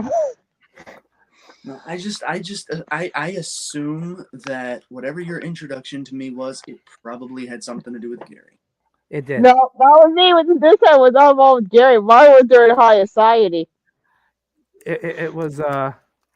Hey, look at check this out. This is Jack Arson Jr. over here. That's how you were introduced to me. Oh Jesus Christ! I can see that. Lane, you don't lose, Lane. So Lane, if you I don't refer to lose. you as that, it's acceptable, right? Because that's how you were Well, you're introduced to me. worse, bro. You're worse, bro. You're gonna everyone who knows you there is because of Dark or Tim Lee. Okay, excuse me. Is my name Casey freaking Campbell? No, I don't think it is. I'm not Tim Lee Jr. How is Casey Campbell Tim Lee Jr.? Okay, look. You talking I'll about the explain it mask? to you like Come this. on, you really talking about the mask that he got from That is my whole Vegas? basis for this claim is the mask. It's from Vegas. Joey Taylor. It's Joey Taylor's mask, bro. So Yeah, see- I already blamed Joey Taylor for Blake. I can't blame him for 2 mistakes in the EFED world. Taylor, you have to. Yeah. Look, okay, can we And- just point out that Brooke is calling her boyfriend a mistake? Oh, fuck off. At least I have a relationship. Look, you called Blake a mistake, man. Not my fault you called him that. I did not call a mistake. You didn't stop me. Because it's a running joke between you two. But I'm pretty sure Joey did the mask before Tim. yeah. He did. He was doing it before Tim did. He was doing it. Oh God, I don't remember. He was doing it way before I started. But I think he was doing the kind of like I want to say, not that form of mask, but a kind of like similar mask to what he was wearing. If you get what I'm saying. Mm-hmm. Because he's had several of the Joey Taylor masks. Yeah, he's It's had a couple variations. It's just the one that he was using whenever I came. I've never seen the one that Casey's using. I have. That's one of the Okay. early ones. The one with the nose ring? Uh-huh. I've only seen a couple of them that I would recognize personally. The one that Casey's wearing is one similar to the one that I've seen Tim wearing after he stopped using the face paint as Zodicus, which was right after he went to Alpha. Which I think I prefer face paint Zodicus over masked Zodicus. Oh, trust personally. me. Yeah, the masked Zodicus was a weird point for him. Like Zodicus was a tag team partner of mine at once. Really? It was El Unicornio and Zodicus. That does not surprise me. That is not surprising. Because honestly, the TJM character in Zodicus would have been a better fit, but the El Unicornio aspect being so like off the wall, but that was also El Unicornio Escuro. So that was my attempt at ripping off Pentagon Dark on Efed. Yeah.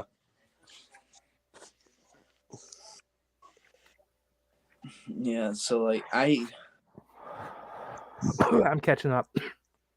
But I think the only one that I was introduced to, well, Kim actually I want to say the reason I only know of that Zodicus was brought back in E-Feds was because me and another guy had heard about Zodicus. And this is over in BTB. I was over there having fun. I was in a faction with Tim over there. I just joined up and they invited me in. And they were, we invited you in, didn't we? To do the show. Well, this was actually right after that faction had dissolved. But that faction was called the Tim Lee family. And the family. Oh my God, the Tim Lee family. How original is that? God. It wasn't that bad, actually. It was actually the most original name out there. Trust me. The Manson family? No, Brooke. Josh can testify to the names and the factions that were actually there. That was the most original. Yeah. Well, I mean, other than Dem Petties, which was me, Jen, and Cody. Yeah. But I mean, that's it. But we were in a video call one night, and some of the other guys had told us about Zodicus. And we're like, what's Zodicus? And they're like, well, you haven't heard about him? I'm like, no, I've never heard about him. And it's like, well, it's one of Tim's old gimmicks that he put away. Because, we all know about Tim's wild and crazy antics that he does as Zodicus, right? Mm-hmm. This wild, crazy bullshit he does. Yeah, that's what he was doing. But apparently he had stepped it up a level too high and he had to stop. For obvious, blatant reasons. Yeah. Because we can see how crazy he can get. Yeah, he made a story out of the same thing later on.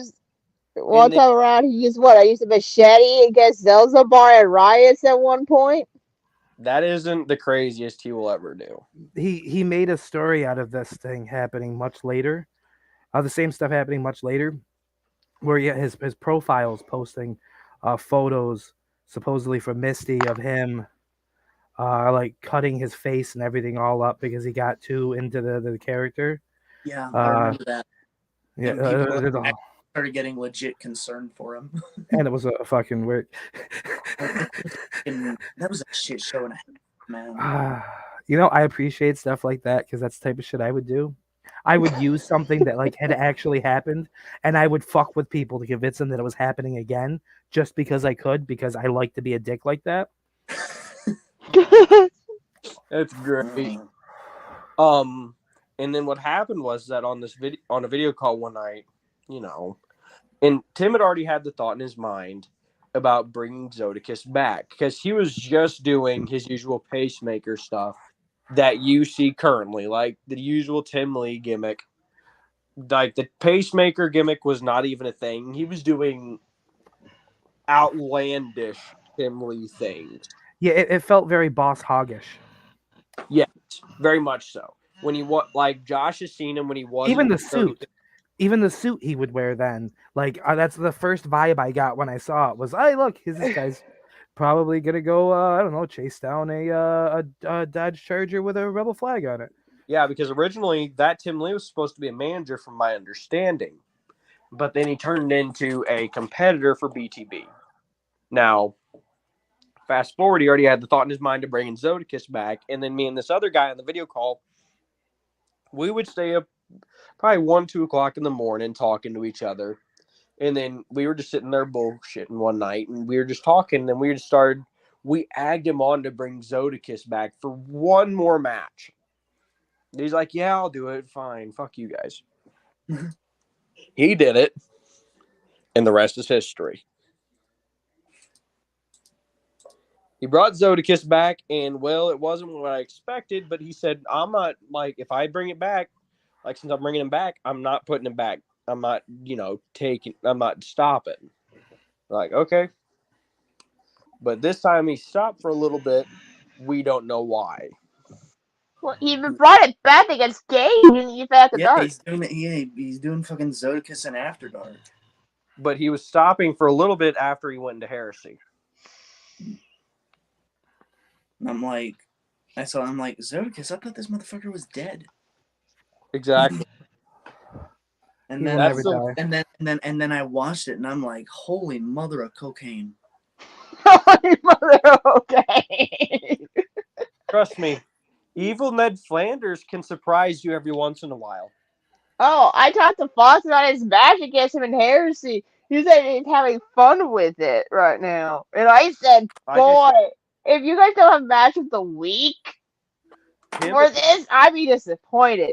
Like I said, Tim, I don't want to say that I helped bring Zodicus back because it was Tim already had the thought there. I just pushed it out, Yeah, you and Hunter. You pushed it out like a 10-pound baby. Yeah, and then I realized what I had done to the EFED world and said, whoops, my bad. That's the first time. Oopsie. Now I'm like, committed suicide. Now I'm like, oh, well, look at all the other atrocities I've done over my lifetime. Oh, I ain't going to do it now. I've believed so much into the EFED world. That I'll get into another time. For another day.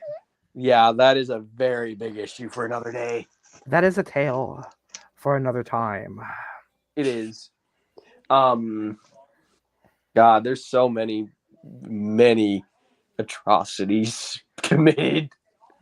What? Was it just your run with Darkin? Or with you with Cody Hunter? No. That was not even an atrocity. Oh, your run with Cody Hunter's an atrocity, and know how many times he said he wants to mess you up every time in the group chat?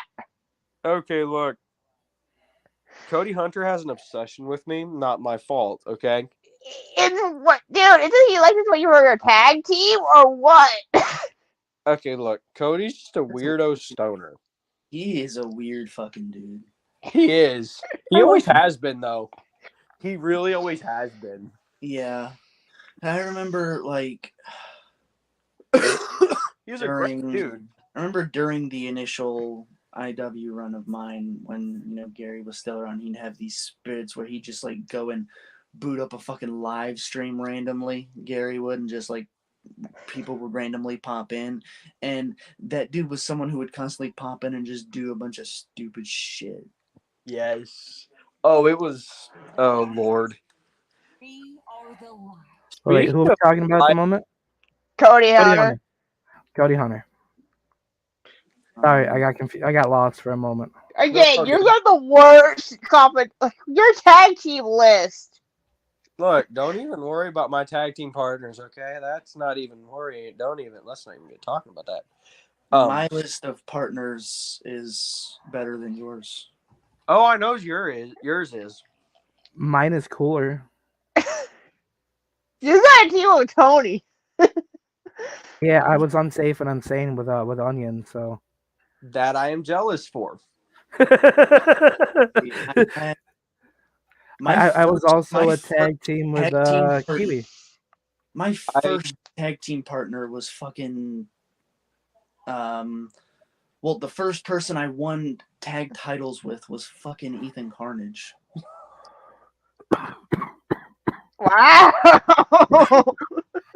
Yeah. So that gave the possibility of your team up with one of the head wolves. Let's see. My tag team partners have been Kiwi Killer there, Onions, Jade Diamond, Cody Petty, Johnny Rotten. I can't remember his name now, but he's a guy that had come from BTB too. He was in my stable with Zelzabar, and I can't remember his name now. Oh crap! It wasn't. They're part of my Riot Guard. Juan Julio. It was a Latino name. Shit. It wasn't Juan. It ain't Juan. I know he wouldn't go there. It wasn't. No. What was Juan's last name? Was it Rosario? Yes, that was him. Ludacris? Say Luda? Father Luda? Well, okay. He Tim brought him in. He was working Oh riots. yeah, Luda. Juan Rosario, by the way. I'm not taking away from your stuff, by the way. This man, that team with you, Juan, for a promo, mind I may you, he put on a costume. He painted his face red, put on red devil horns, and went out in front of a church and filmed a promo in broad-ass daylight. And next thing I know, we call and like we had a group call going, and we added him into the group call, and he says, "Well, looks like I'm not going back to that church anymore." And I, why? He's like, because I got the cops called on me for that promo. Some old lady said the devil's speaking in front of a church. Oh, God. And then for another promo, this same dude, wearing the devil horns and everything, ate a cow heart on camera. I've seen Thomas Austin do that too. Like he had. I've also it seen was Thomas in a- Austin set eat up a hornet's everything. nest. It was in like a I ritualistic. think everyone like that. at Austin eat the hornet's nest. And bite the head off a snake. It was a But everyone has seen the one of him eating the fucking wasps or whatever the fuck it was. Yeah, but I didn't know he ate the head off a snake though. Yeah. I knew Thomas Austin was a crazy fucker, but I didn't think he was that fucking crazy. Oh no, he's fucking. he is psychotic. Yeah. Hey. Hello. Hello. On the subject of Riot this Guard. man. Okay. He did what I thought he was going to I was do. getting ready to tell. I was going to talk about this earlier. Speaking of live streams, I'm going to talk about this man's greatest triumph. Oh, which one? Ever. You know which one I'm going with. You and Mike Storm. Oh, me and Mike. Oh, I thought you were going to have a Hunter story. Oh, that one's coming later. These two Well, are great. there's more a video Okay. call than a live You stream. recognize this name. Angelo Lowjohns. One of BTB's biggest names at the time. I don't even remember what his name was. I really don't. He was a heavyweight champion for a little bit. He might not have been heavyweight champ whenever you came in, Josh. When you and Cody came in. But now, during all this, I was out at BTB because it was really going downhill. Angelo boots up alive. Mike Storm had been invited into the group, and so was this guy. And this is during Mike's troll phase. Did it ever end? Okay, you're right. Like, you say that like the troll phase Wait, ended. is that the guy whose name got revealed on Need for After Dark? Yes. Yes. Oh, fuck. What the hell was it? Okay. So what had happened was that this dude was doing a live, and him and Z and Mike were trolling him in the comments his whole live stream. And then they had convinced him that they were right outside his house. What? Yeah. Yes. I'm not even joking. I remember He this. was too. so no. Hold He on, was. hold on. Let me take over. You have to. We're throwing the fuck out of him, and me and Mike he's saying, "Come find me, come find me." Giving out his fucking address, and Mike goes, "Oh, you're only like 2 houses down. I'm coming to see you." And Angel gets up, is pacing back and forth, going to his window, peeking out, going, "You ain't fucking coming here. You ain't coming here." And then here I am going, "Oh no, he's coming in. He just left my house. He's on his way there." He doesn't know that Mike's from the UK. That's Never the great mind. part. Never mind, Mike's from the UK and I'm from bumfuck West Virginia. You're from West Virginia. Yes.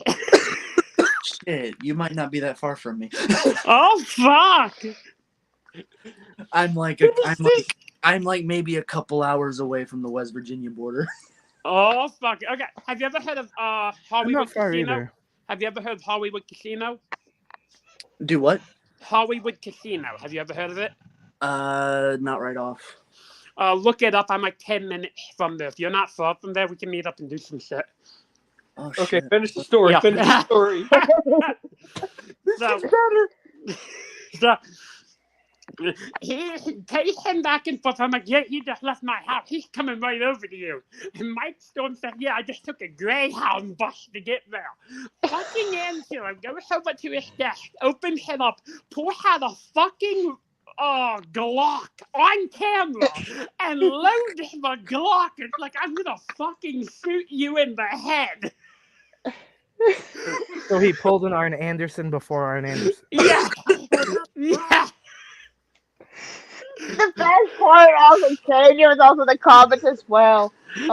He's fucking losing his mind. Now he's not just threatening Mike and me. Now every comment that's popping up, he's telling every person in the comment, "I'm gonna kill you too." And he just lost his fucking mind. Finally, the owner of the page realizes this is a dumpster fire and pulls the live. Oh man. But at that point, the damage was fucking done. Thank God the owner of our page hasn't made the same decision on our stuff. And then we get to the hunt story. Oh, I'm gonna go with that one because that was a vehicle I started. It was back when Court was like keeping everything open, like in character wise, like drinking people that he was kidnapping kids in the back of his truck. Yeah, let me tell you. So this is around the time, maybe slightly before I came in the riot and worked under you. Okay. Around that time, maybe a hair before it. It was like I think it was like a year, like right around then. I was 100% in character all the time. I would never do this. It was 100% in character. I wanted people to truly believe I was a sociopath. I mean, I'm not saying I'm not, but... So, the mask never left, ever. The mask would always be on. If I would go on the car while I'm driving, the mask would be on while I'm driving down the road. It amazes me I didn't get arrested. Almost a couple times. Even if I, to this day, I'm surprised how you never got arrested from that. We'll tell an arrest story later. It depends on how long you can stomach me. Oh, which one are you telling? But anyway, the Hunter story. So we're on a call. I want to say Brooke was there. There was me and Mason. Oh, yeah, Mason might have been. Dylan Schroeder, Mason was there, Brooke, and I think Fiona might have been there too. Yeah, she was. And I had just left the urgent care. I had a health problem, and I was on my way home. again, 100% in character. So I'm pulling up to the pharmacy to go in and get my antibiotics. And I'm like, okay, how do I get off this call in character? So I start talking as if I'm talking to a 10-year-old child. Being like, hey, you want to get in my car? Come over here. And the rest of us were like, go ahead and do your thing. Was Hunter the one overreacting? Oh, no. towards it. Hunter's freaking out. Fiona's gone deaf silent. And Mason's just looking back and forth like, is this happening? Oh, man, I would have loved to be there to see that. Yeah, he's like, and he even said, he's like, is this actually happening? And I'm like, then I finally go, don't you walk away from me, and I hang up the phone on that. I go in, I get my prescription, I get my antibiotic, I go get a drink at McDonald's, and I wait about 10 minutes. Then I get back on the car, and I'm like, well, that problem's taken care of. I heard about this one. Oh, Immediately, everyone's thinking of me, what did you do, Z? I didn't use my real name either. It was Zelshaba always. Like, what the fuck did you do? And I'm like, I took care of the problem. They were going to talk to the police. I can't have that happening. The problem's been taken care of. And then I pat my back seat, implying that Val, Hunter, pull out his fucking cell phone and dialing 911 while we're on. He's calling 911 while we're on a call with his tablet. And I'm like, what are you doing? And I hear the operator going, yeah, I think I just witnessed a kidnapping. Oh, my God. No. And I go, Hunter, hang up the fucking phone. I go, not till I see your back seat. Not till I know what happened. And now I'm faced with a dilemma. Do I have the police called upon me, or do I break character? You have the police called on you. I hear him in it for a few minutes. I'm like, we can talk about this. I'm like, you don't gotta do this. And then I hear him starting to read my address. And I'm like, okay, you need to hang up the motherfucking phone. Finally, I sell the back seat, and I break character enough to go, I didn't take him, I just solved the problem.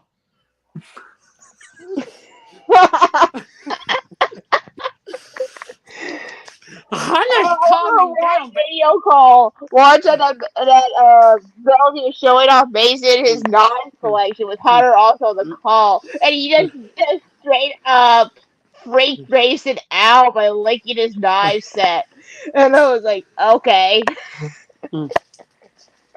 Oh, my God. That Hunter story is that's my favorite one from Z. now I did get the police called on me once. Wait, is this the heresy one? Yes. Oh, I love this one. So my internet's better now at my house than it was then. I updated my internet provider and whatnot. But sometime last year, I was going on Josh Byer's podcast. We're going to break down the storyline we're doing, things we had planned, talking about my journey through Fed, shit like that. And because it's me, I'm still going on in this. I'm not going to go on out of character when I'm talking in character things. No, I'll talk in character and out of character, and that stays on. So I drive up to my town and I park in the parking lot of the grocery store, which is closed at this point. We began at 11 o'clock, they closed at 10. So I'm talking for about 45 minutes. The buyers, and then I see somebody coming out, I guess one of the workers, and they pause, and they have a death glare looking right at my vehicle and right at me. And I immediately think to myself, we're gonna call the police. Oh, my God. I know it's gonna happen. I'm like, I'm getting the police called upon me.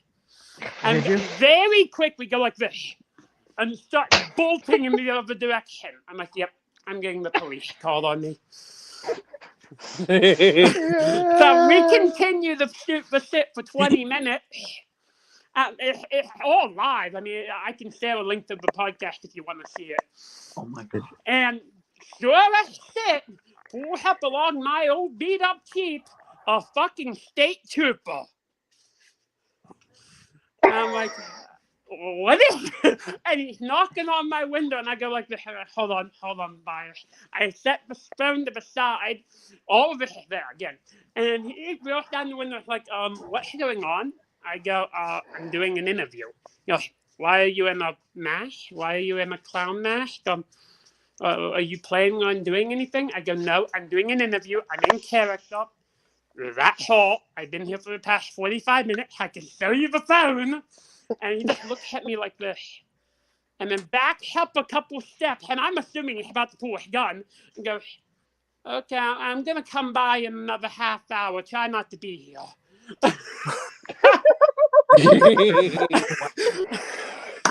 That's awesome. I fucking scared a state trooper. Oh my god.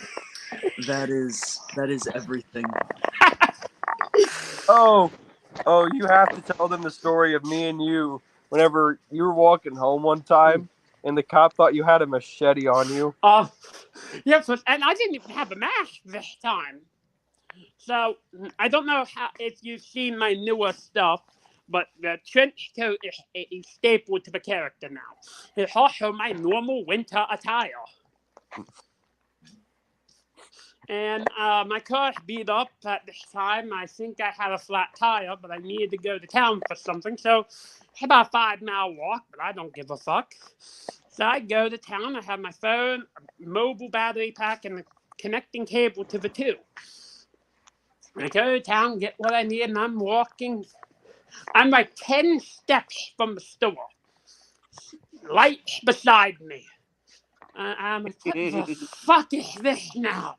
The police gets out of this car, hand on his gun this time, and says to me in a very loud voice, where did you put the machete? What? And I'm on the call with him the whole time. Yeah, this idiot there with me, and I'm like, the what? He goes, I've gotten a lot of phone calls about you walking the street with a bloody machete. Where'd you put it? Then he hangs up on me and says, I'll call you right back. I'm like, what are you talking about? He goes, what do you have on you? I'm like, I have a phone, a battery pack, and a charger cable. He goes, I need you to put your hands in there, and I need to do a pat down to make sure you don't have any weapons.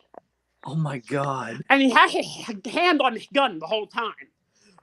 And so I'm like, what the fuck do I do? I'm like, okay, but you're not going to find a fucking thing.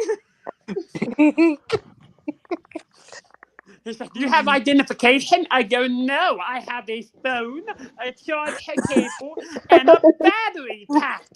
That's all. He does a fucking pat down on me.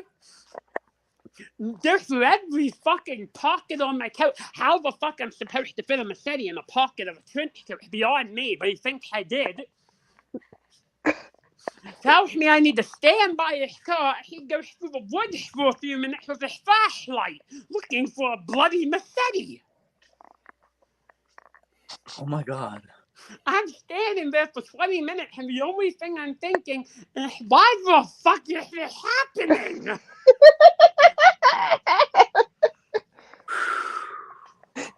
He comes out of the woods and says, you didn't put it somewhere back there? I said, I never had a fucking machete. Oh my god. That is mental. I love that. I love everything And there was only one car that passed him, I think, on his way going into town that day. Yeah, one fucking car, and they must have called and swore up and down I was carrying a bloody machete. Because I heard him pass by him, and it's like, next thing I know, he's like, I gotta go. I'll call you back. He calls me back and tells me all of this, and I'm pissing myself at this point. Because it wasn't that far out, it wasn't that long after he had told me, it was like about a week or two after he told me the Hunter story. So I'm pissing myself laughing at this. I'm like, this is great. I'm like, where did like? Then I asked him like, did you have one?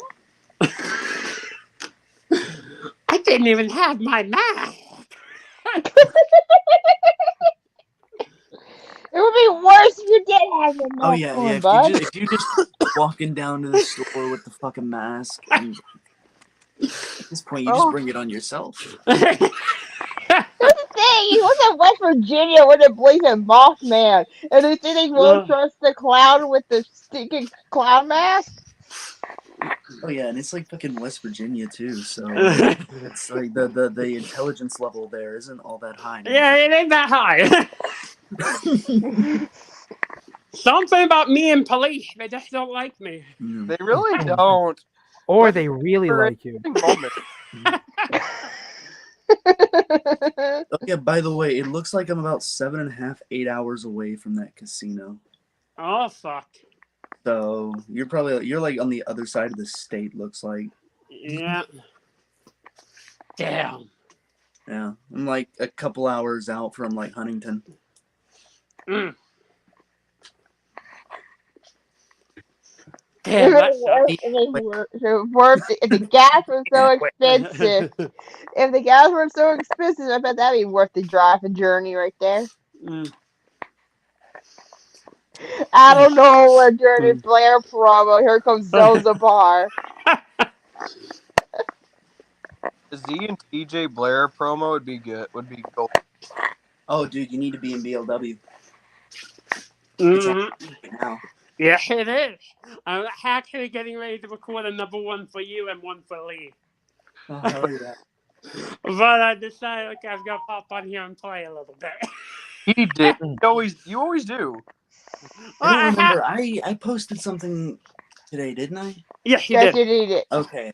Yeah, I got really fucking high earlier, so I forgot. That'll be me tomorrow. You'll get nothing from me tomorrow. Okay. That's not nice. There is a rule. 9 out of 10 times, there will be nothing fed from me on a Thursday. I get drunk and I get high on Thursday. Truck. That is my favorite person in the world. He's quickly becoming one of mine. No, I don't oh know no, if it's trust taken me. this long. Once you meet this man named Trock, he is very, very much so. I'm a tornado when I'm high and drunk. I am a fucking tornado. It is amazing. I feel bad for Gage. I feel bad for Gage. Gage always watches you, Dory. Funny thing. One time on the Thursday, I got told to supervise him. Normally, I'm the one that gets told, you aren't allowed to supervise him.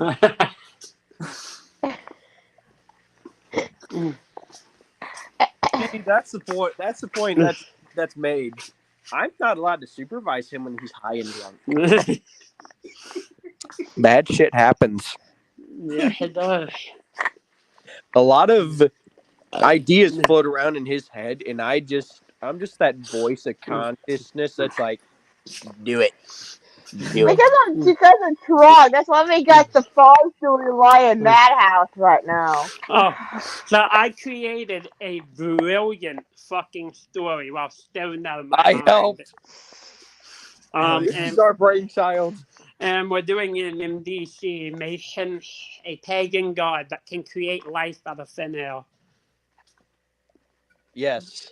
And we may or may not be selling the children he creates out of thin air to willing families. Motherfucker, that's you. We created the pagan Here's the god. thing. Anytime I've talked with Gage, he doesn't give me the names of people booking stuff. Really? He doesn't tell me names. I will be right back. Oh, you're You're looking at 3 of the main faces, right? You're looking at 2 of the faces, but he's the main one behind the actual. Everything involving the WHC, homie. I founded the page, I created the page, I ran it by myself for the first year it was afloat. Like, I booked everything. I was in charge of recruiting. I just didn't write the shit, but I recruited, I booked shit, I came up with every fucking storyline. That was my brainchild and my baby.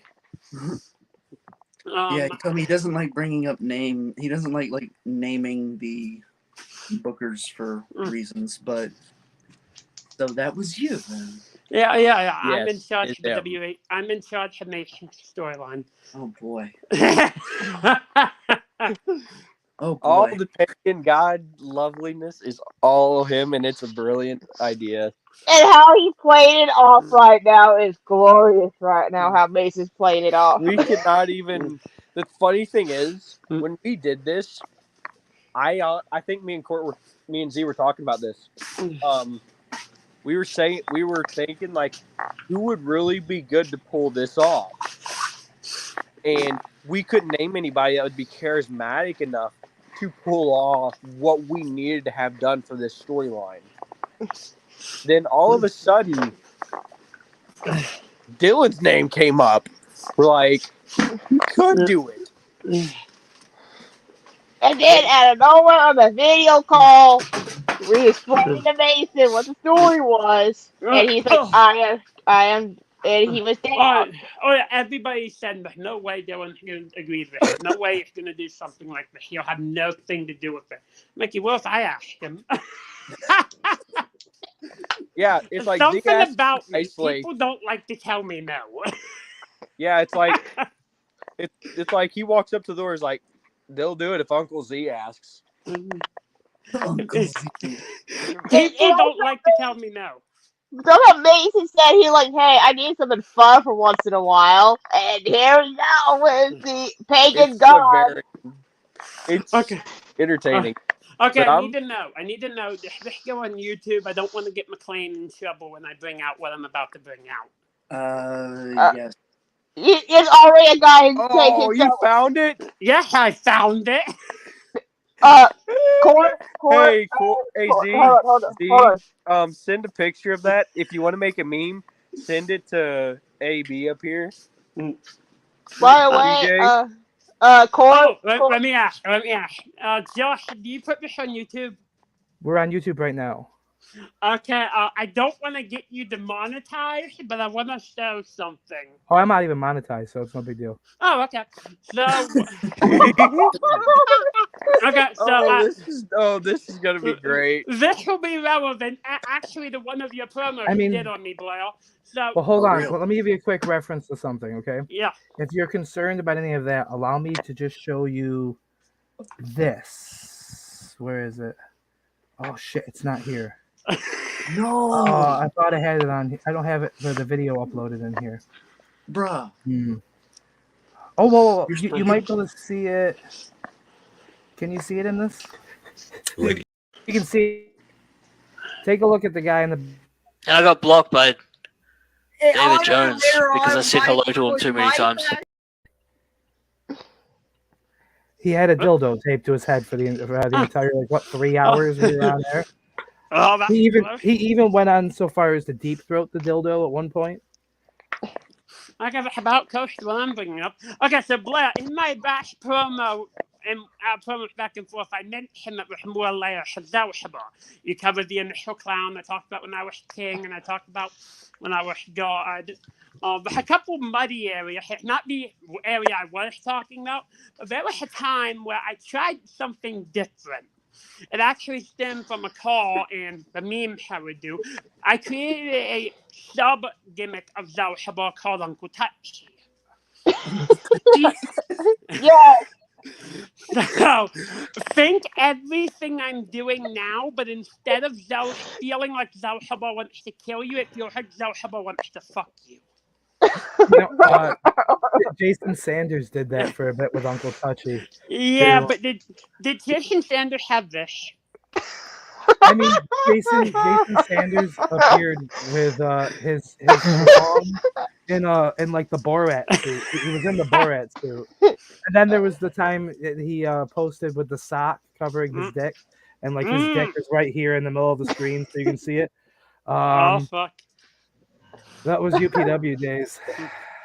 Blair's face is glorious right now. He's like, what the hell?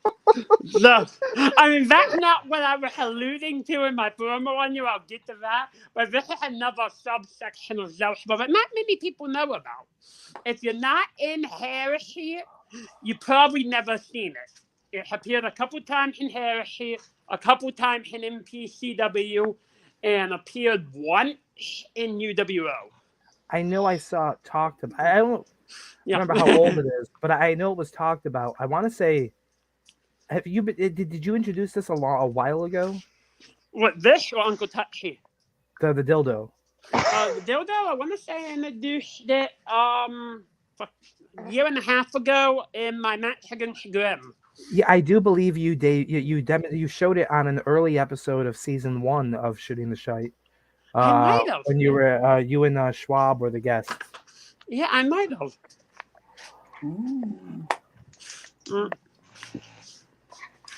It was officially brought into the February when I faced Grim in the abusement park and beat him. Yep. He's very bitter about that. I mean, there was a reason I refer to you as the better clown. Oh, thank you for that. No, Or I refer to Grim as the not as good as Zelzabar. You know, the not clown Zelza, the not Zelzabar clown. Beautiful.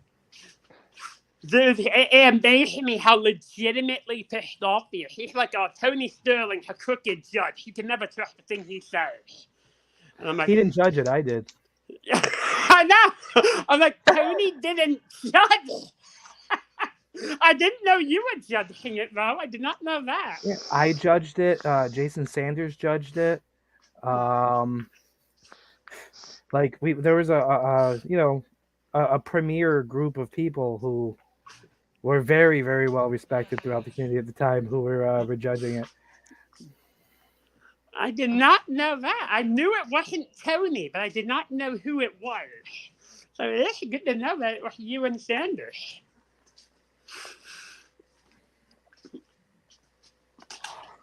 Yeah, we all know that most XWE guys, we know that much. So now we get to the portion where, again, historically, people have a hard time telling me no. So I'm going to ask you, McLean, we've never had a match ever. I thought we did. No, never, not once. Oh. Would you do me the honor of doing me a match with me this year? I could probably do that. Alrighty. What gimmick do you want?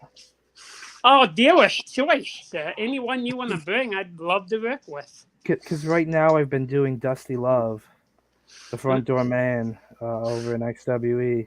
A fun-loving, kind of hippie, definitive baby face. It's basically the love child of Dusty Rose with Dude Love. Yes. I will tell you, if you bring the unicorn, you're going to get Uncle Touchy. Which unicorn? Ooh, there's some layers to this unicorn. Well, there's TJM. There's the unsafe TJ. The unsane TJM. Then Please. there's Please. there's El Unicornio. Then there's El Unicornio Dark. El Unicornio Oscuro. Former tag partner Zodicus. Well, it's like this. There's the one version of the unicorn who has different. Well, there's the one unicorn who has different versions, who was a tag team partner of Zodicus, and there's the one unicorn who has a couple different versions of him that was a tag team partner of Onions. I need unsane unicorn versus Elzabar in my life. I don't know where the mask is, but I could probably find it. Oh, I got a year. I got the rest of the year. I got some time throughout the year to find it. I just found the vest, the hooded vest, the onesie I turned into the hooded vest, the fuzzy vest. That is genuinely one of my favorite characters of yours. Honestly, I'll tell you where I'm at, and if you will pop in to do it, excellent. I'm currently performing in Heresy. Who runs Heresy? Byers, Josh Byers. Nope, not that one. Not a fan of Byers? I just avoid him. So it's amazing. I did a 1 year storyline, and I brought in so many people, but they began with saying, I don't like bias. And I'm like, well, you're doing it with me. Bias isn't an issue. And we get in the chat room, we talk, and at the end of it, like, yeah, I'm happy I did this. Like, I brought Dustin Woodruff in, and Dustin and Bias, they would not speak to each other. And I went to Dustin, I'm like, I want you to do a match with me and Heresy. And he's like, I don't like Bias. I said, okay, I want you to do a match with me and Heresy. I remember that conversation, and you were surprised at how much heat they have with each other. Like, he didn't even know how much heat they have. He left me on red for 2 hours, and then comes back and goes, okay, but I'm going to have conditions. People don't like telling me no. But we could do it in Heresy or Blood Legion, which is run by Casey Moran and Patrick. That one. Okay, that works perfect. I know Casey well. Like I love Casey. There you go. I'm beginning a storyline there. Just won the world title. Oh. I mean, I'm not supposed to say this aloud, but I'm going to do it anyway. The match was comp. It was me versus Cody Bentley. The match was comp. I wanted it comp. It was handled storyline. We were all put in the chat with me, Casey, and Cody, and it was discussed. It's going to be comp because I specifically asked Patrick, I want a comp match with Cody. And then I told Casey I want a comp match with Cody, and we just synced it up with a storyline where we were going to do me versus him for the belt anyway, so let's make it comp. Why not? And, Is Cody Bentley the Cody that came to light recently? yes, because he came to light recently. And I've wanted a comp match with him for a while, because we did a match under Chris Ishla. I don't know how familiar you are with him. Who? Old school. Old school. Old school. Goes by old school. It doesn't. That's a reason it doesn't ring a bell. That's a good reason you haven't heard of him. See, you say old school, and I think Lorenzo Williams, the Nate, because that was one of his nicknames at one point too. Where with you, you saw the mask gimmick, and like you said, a better version of Grim. You saw everything Zohaba could be. He took one look at a mask gimmick, and several people came to me and told me what he said. He said, I'm never giving that guy a win ever, no matter what. Well, shit, speaking of masks, this just like fell into fucking orbit out of fucking nowhere. I had it propped up and it just fell off. Oh, is that a song that has Zohaba versus Mr. Moon? Oh god, that would be insane. Oh, if we do that, it has to be Uncle Touchy version. Yes, it does. Like it would be Tyrion Moon versus Uncle Oh, Touch would just be a week straight of just over the top sexual tension. I'm gonna share a kind of secret, kind of sort of.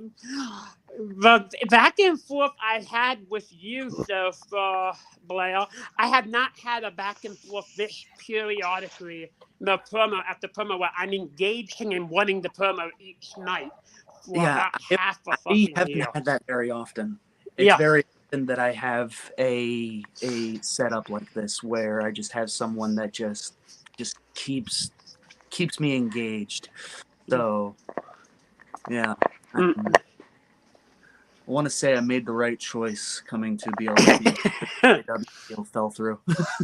I am much more engaged in BLW than I ever was in IW. A couple of reasons for that. Yeah. I don't have problems with IW. They run the way they run, and it's fine. I just have a problem with their biggest pay-per-view. I lost to a music video.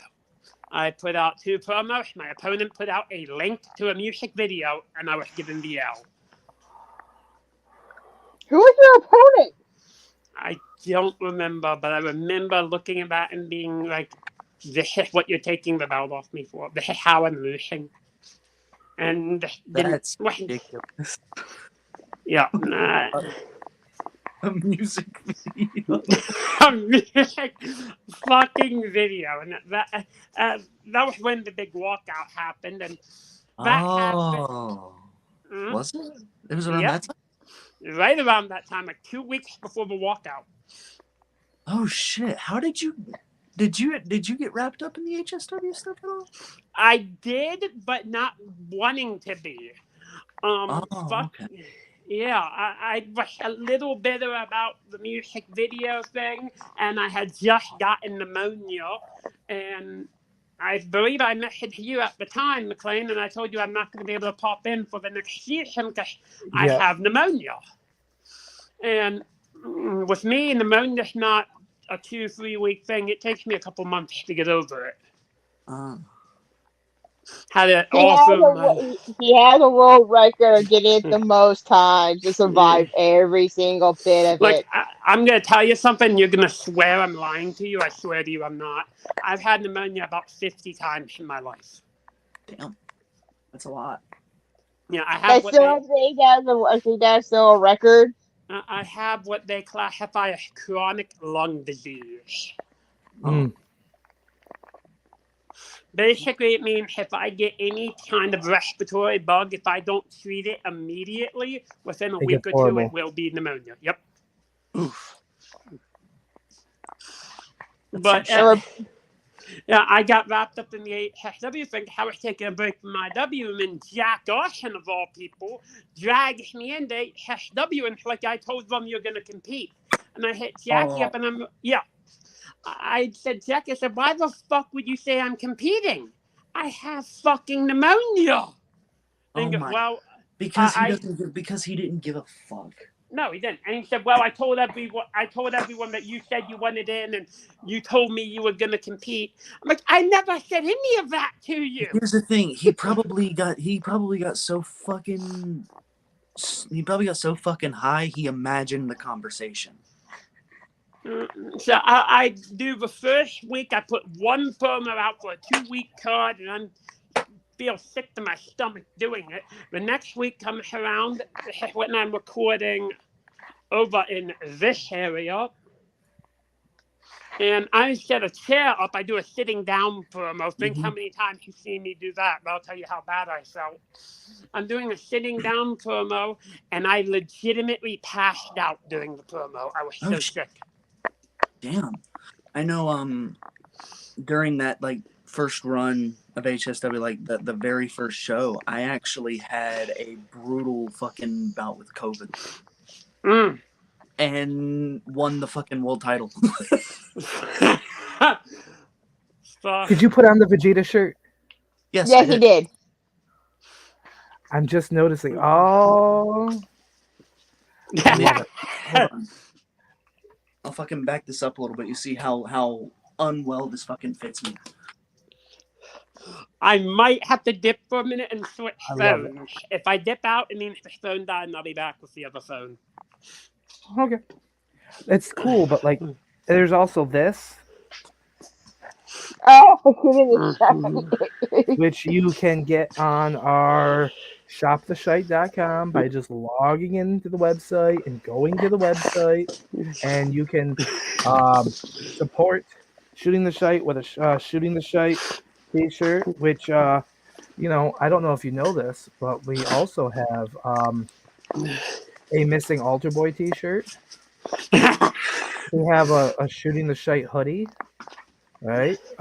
We have the new System Size Me hoodie. We should get an idea like that for the farm. You can get a sticker. Missing. Have a farm sticker set up for the farm boys. And you can get all of that on shoptheshite.com.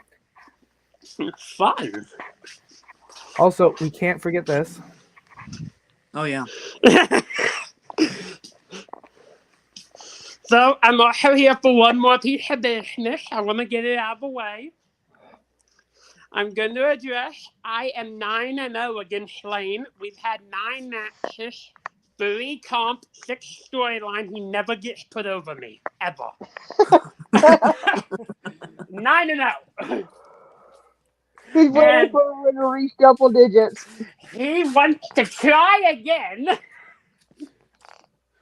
So, throw it out there, McLean. How would you feel about judging me brutally castrating Lane again? Okay.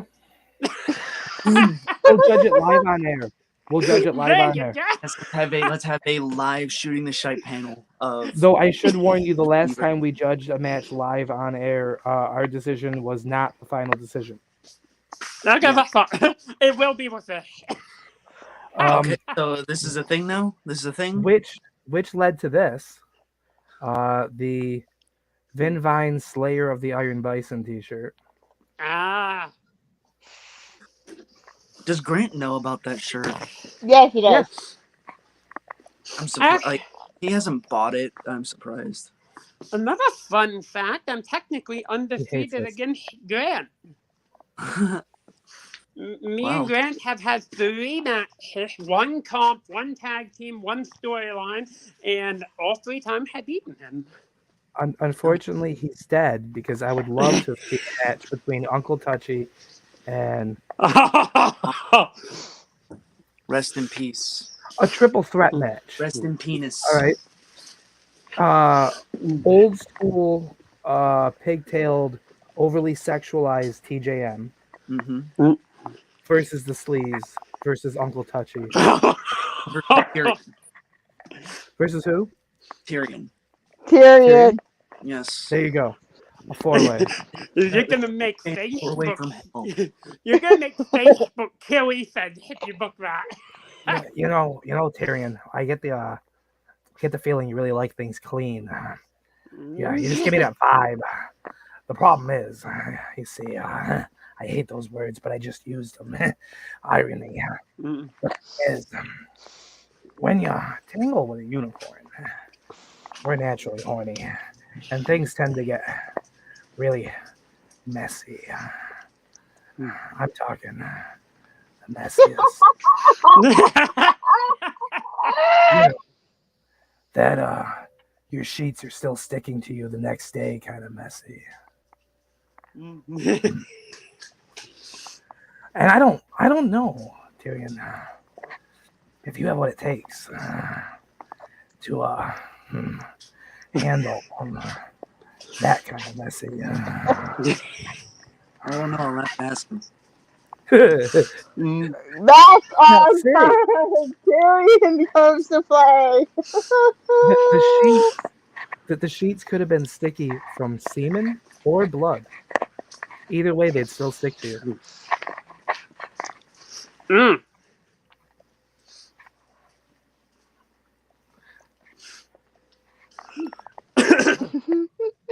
You think that clown's dildo's bad? You haven't seen what Lucille gets like when she's on the rag. That broad. Normally she's saucy, but at one time in the month when her juices get really flowing, when she has a hankering, a need for that sticky substance. Well, let me tell you, that's when she gets different.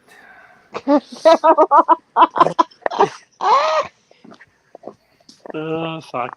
You see where you started? You see where you started, Z? I'm entertaining.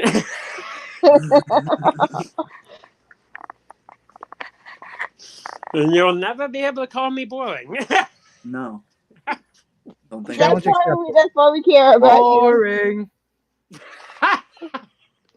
You're always entertaining. You're always proof why. Now, see, you're going to have to worry about that because when we eventually do this match, I'm going to make every opportunity to call you boring throughout it.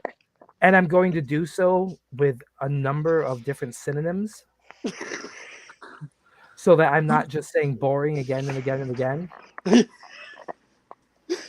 I will have, instead of a list of Jericho, I'll have a list of Josh, list from Josh. And it's going to be all the ways that Zelzabar, our Uncle Touchy, could improve, be less boring. spice up the life as though he were a Spice Girl. You know what I'm talking about? Everyone, every girl, spice up your life. Spice up your life. You know what I'm talking about? Maybe even the Spice Channel. Gotta kick it up a notch. Bam! You know what I'm saying?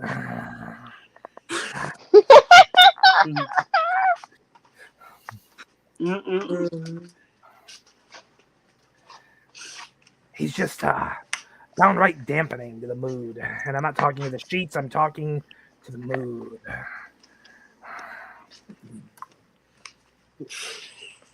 He really is the anti-life of the party. And not just because of his machete incidences. When I say he kills the party, I'm not saying he's like, a mass murderer. I'm just saying the mood drops when he walks in. And it's not in that intimidating way. It's not in that scary way. It's not in that, oh my God. It's not like a drop of a pin can be heard type thing. No, it's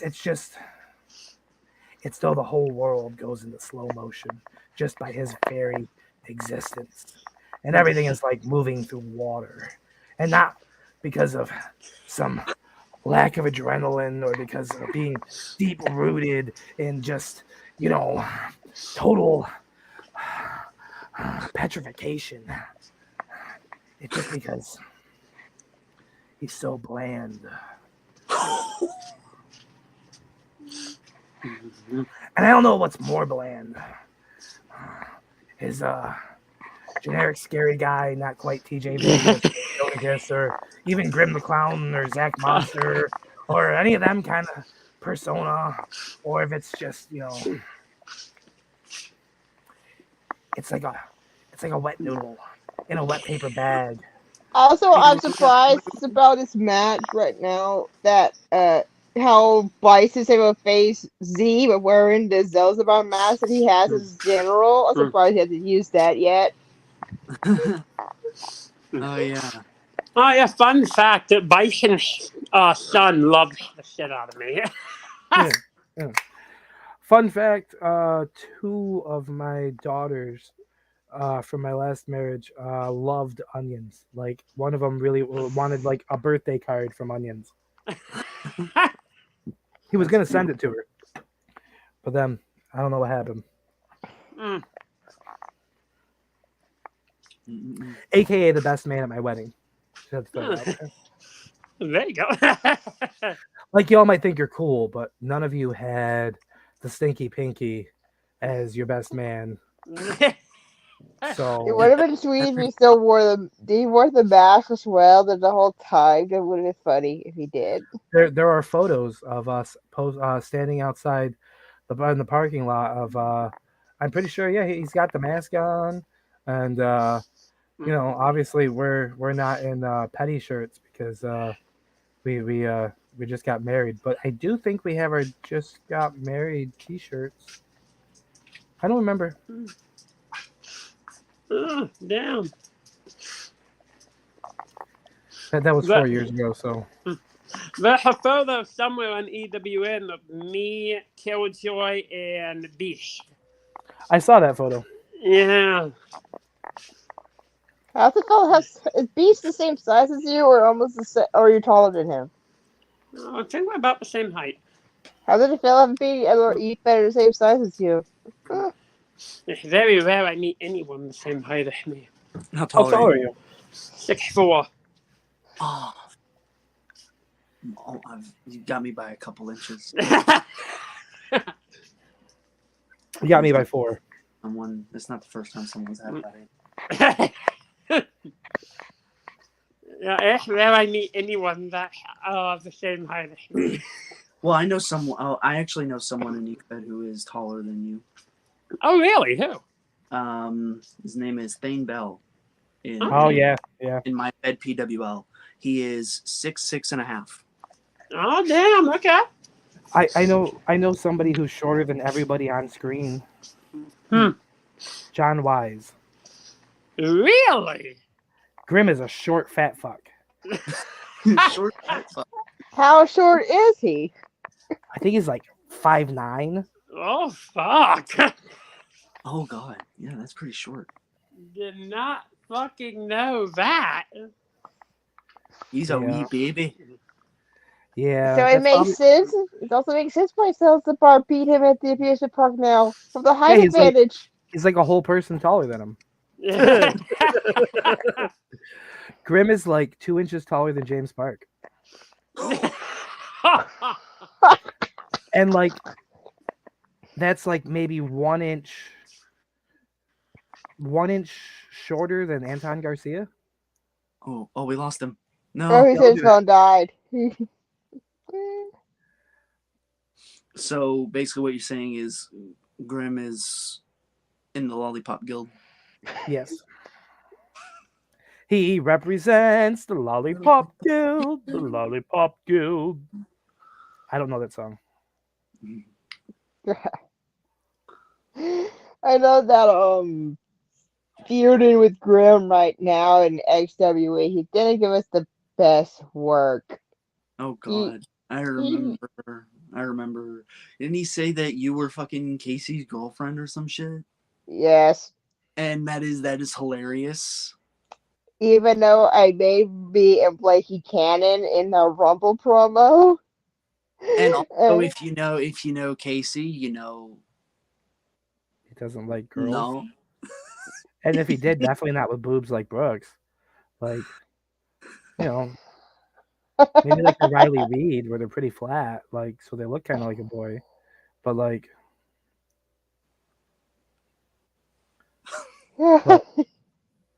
what?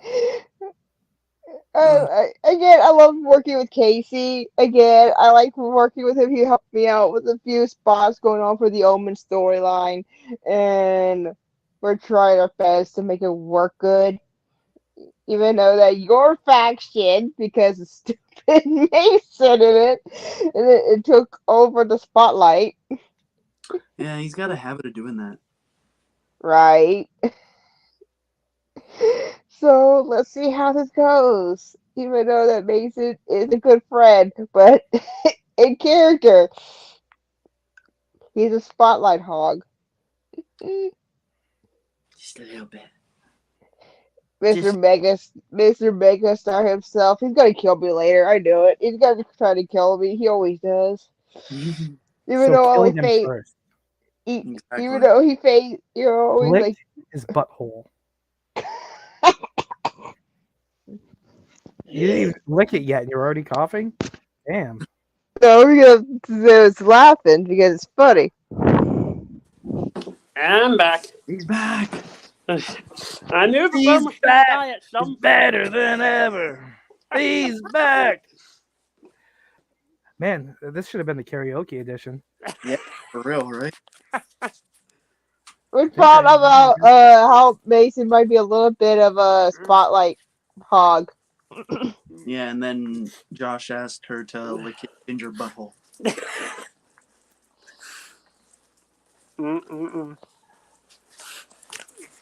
Hey, look, I got the karaoke set up. Oh no. Oh God. I don't know if you can see it too well. Probably not. Nah. Here, this will show it.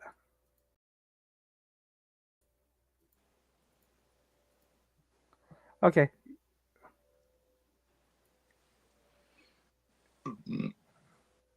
Okay, back to this. That was old school shooting the shite. Season 1. I have like the weirdest fucking. Look at this shit. Where are you finding this? I got something to counteract the fucking machete. Oh, what do you got? I mean, I got Lucille, and like wood's really good for stopping a machete. The ultimate battle of the fucking. Let's see. When you say Lucille, you're talking about the bat, right? Yep. Okay, so the bat versus the fucking shitty katana. What wins? The bat. We'll see about that. This has the strength of 1,000 babies. Did you say 1,000 babies? I said what I said. Yeah, well, Lucille has the absorbency and the ability to catch just about anything, like 1,000 kittens. So I don't think 1,000 babies are particularly very strong. I don't know. A battle of 1,000 babies versus 1,000 kittens would be fun to watch. It would be. It would be. I would pay to see that. I would pay to see the fucking. How old are the babies? Are the kittens rabid or are they just normal kittens? Just normal kittens. Let's see here. We'll go. Yeah, how old are the babies? I assume they have to at least be able to crawl. Yes. But you don't want them walking No. because that's not fair. So That's- maybe like 6 to that's 9 an- months, like maybe like a 6 to 9 month time frame. 6, 9. What about the kittens? How old are we talking? Do they have the Uh, claws old, yet? old enough to leave their mother, but that's about it. Fuck, I'm gonna have to go for that'd be a fun fight. I think I'm gonna have to go with the baby. I'm going with Yeah. kittens, but it's gonna be close. Like a lot of kittens are gonna lose their lives in this. Oh yeah, Oh, And yeah. there's Lives gonna will be more definitely- babies. There's gonna be more babies alive by the end, obviously, than kittens. But the kittens are gonna win the fight. Just because they can reach places the babies can't. Oh, the height. Yeah, that's a good point. That they have the ability to pounce places and climb better than the baby can, who's just crawling. And then they can pounce on them. Oh, And I have fuck. seen a toddler versus a cat, like, young adult cat, like just out of kitten stage, but not full on old cat yet. I've seen a toddler grab the cat by the tail, the cat ran off, and then not an hour. It was like 3 days later. As the kid's walking through the kitchen, the cat jumps. Here's the kitchen doorway. Just on the other side here is stairs that go upstairs, right? And right here on the bottom of the stairs, like 2 steps up, is the cat. The girl walks through the doorway, and as she does, the cat pounces on her, tackles her to the ground, bats her upside the head a couple times, and takes off. You know what? I think you swayed me. I think I'm going cat. You know what? Yeah, that's pretty that's pretty fucking cerebral right there. And like, see here now, the cat didn't have to kill her, but from that point on, the cat ruled her. Yeah. The cat won, which is why I'm saying there will be less kittens left. But they will be the winners. But they will be the winners because those babies are going to learn pretty quick.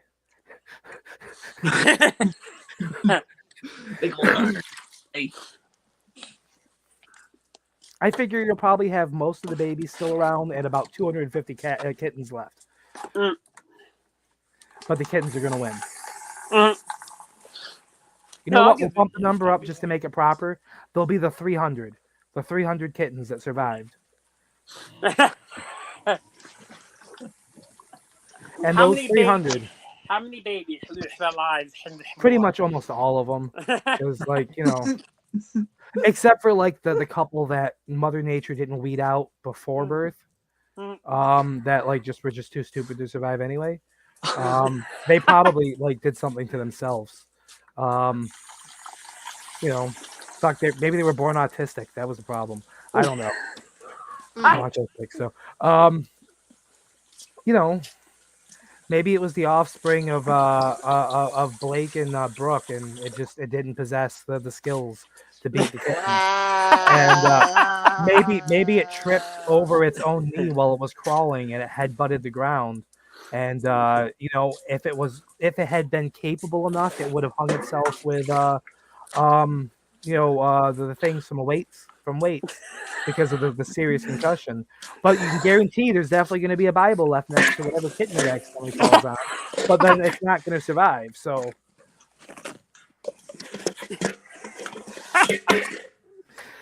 What? No, that sounds about right. Because you hate Blakey.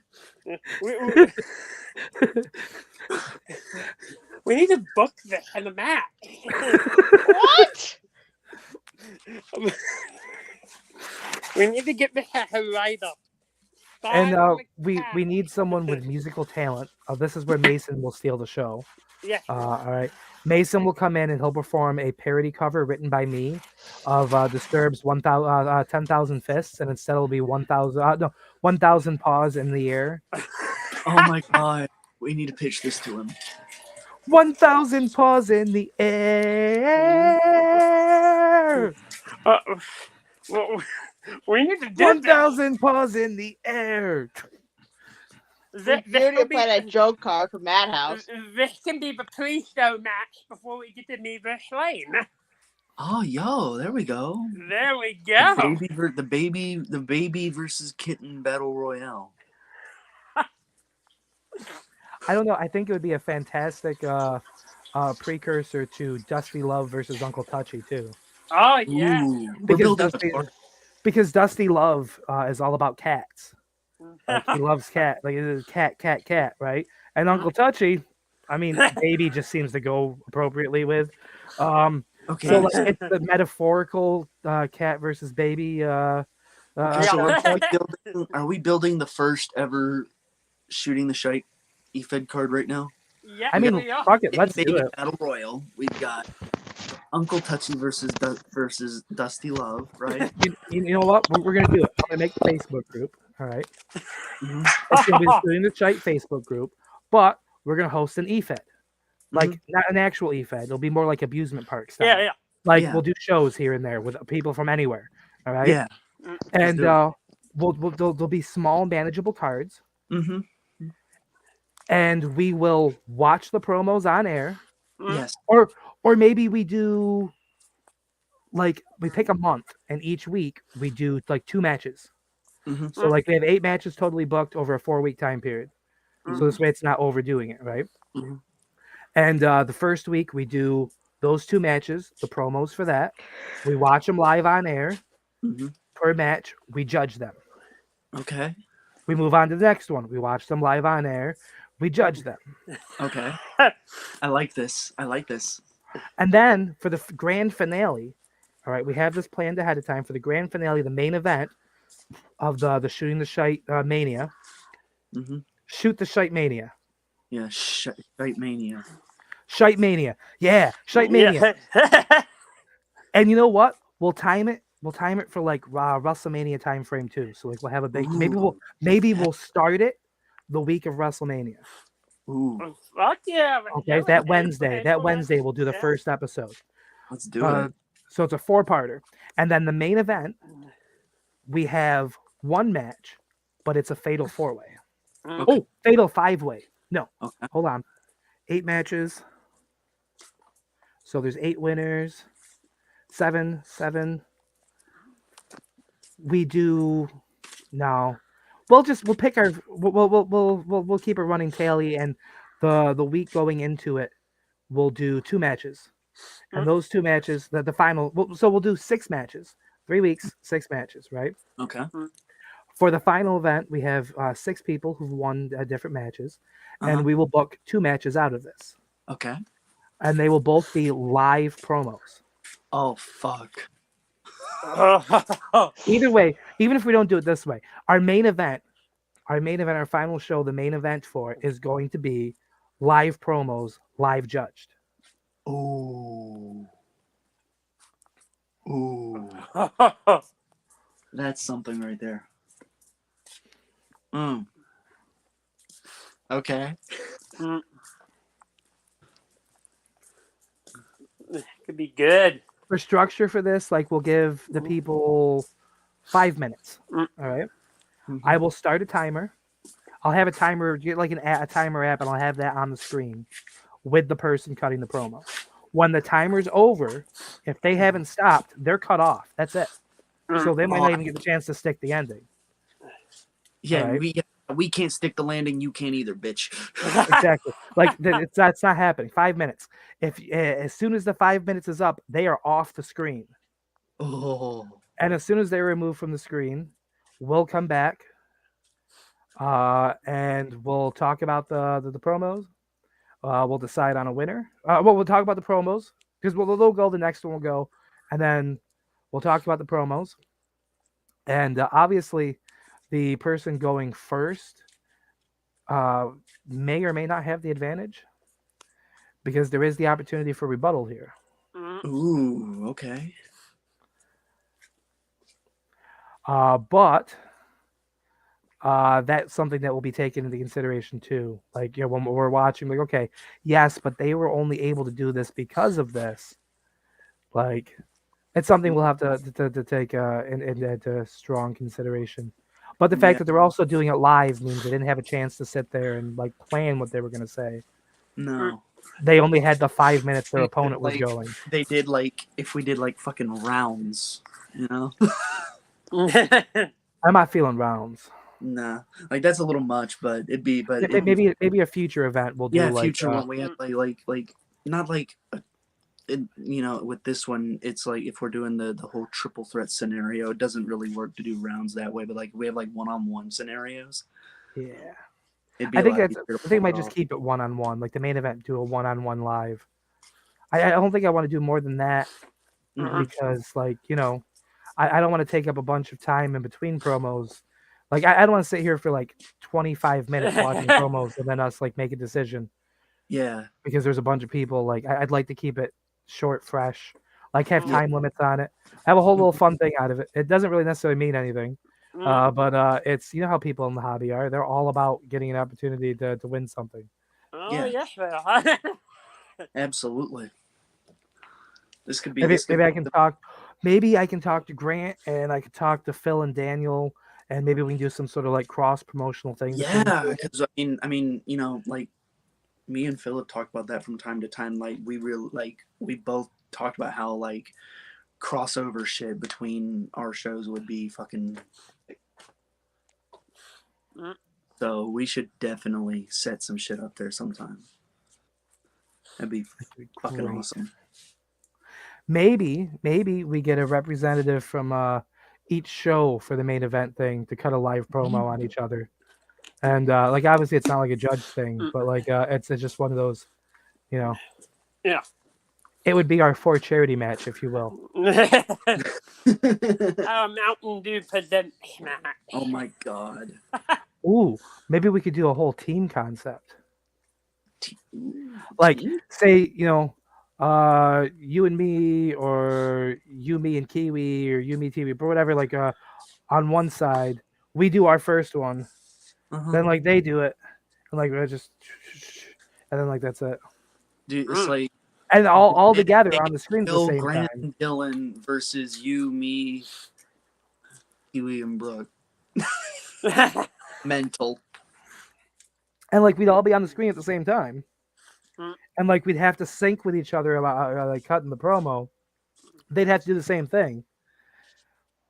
Yeah. I think it'd be difficult for him because I think Mason, Dylan there would be would have a hard time relinquishing the voice. But hold on, here's how we play it dirty though, right? Okay. Shh, don't tell anybody. It's not like we're live or anything.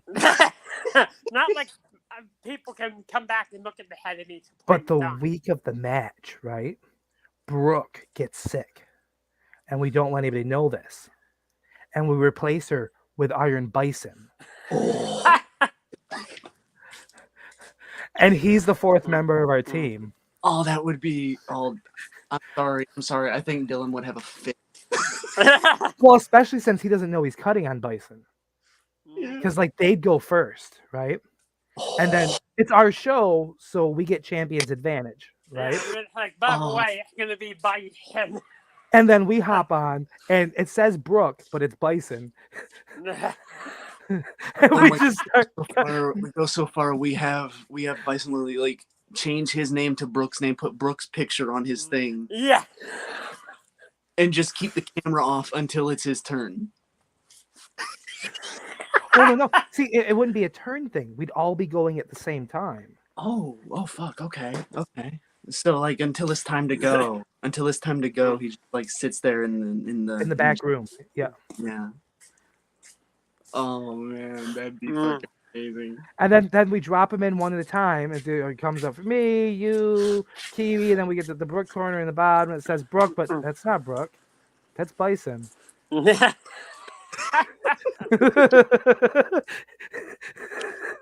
Oh God. This is evil, and I love it. We need to do this. Like, we need to clip this and send it to fucking the After Dark guys. Like, we need to clip all of this and send it to the. I think they would totally do it. It'd be hilarious. Like, It this would is be our so fourth much charity event. Yes.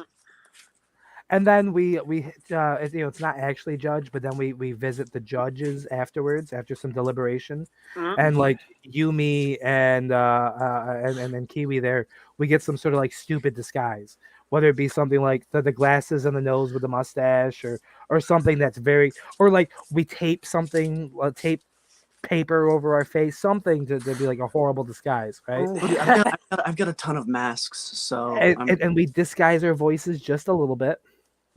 Well, shit, I could just be Tyrion. Well, I'm really thinking after watching those that I definitely think the Shooting the Shite crew has it. I didn't know Brooke could be so manly, even though she's so short. But man, her transition really came through this time, and I'm not talking the Siscom size me type or the opposite of the Siscom size me. I mean, like, when she went from this to this, I know WKP didn't care for it, or they were okay with it, and then like the guest judges didn't care for it either, even though one of the guest judges was someone that Brooke just beat not that long ago for a title in the other guy's company, or not company, you know what I'm saying. But anyway, I think she nailed it this time, and they did fantastic. I don't want to include anybody, but without a shadow of a doubt, that Shooting the Shite people, they were head and shoulders above the competition, which is funny because other than Tyrion, they were all short. To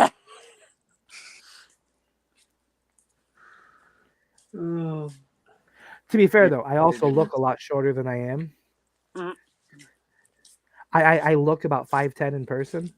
Because I do this all the time, but when I actually put my shoulders back and stand up straight, like there's it's like somebody sucked me in their mouth and I just got a few inches bigger.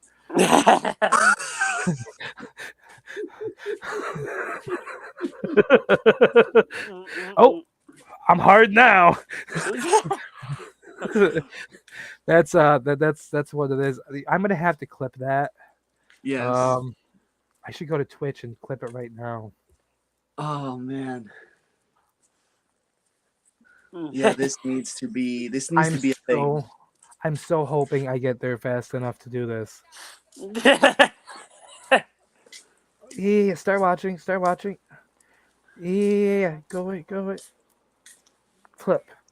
Please tell me it was less than a minute ago. That's it's basically like somebody stuck me in their mouth.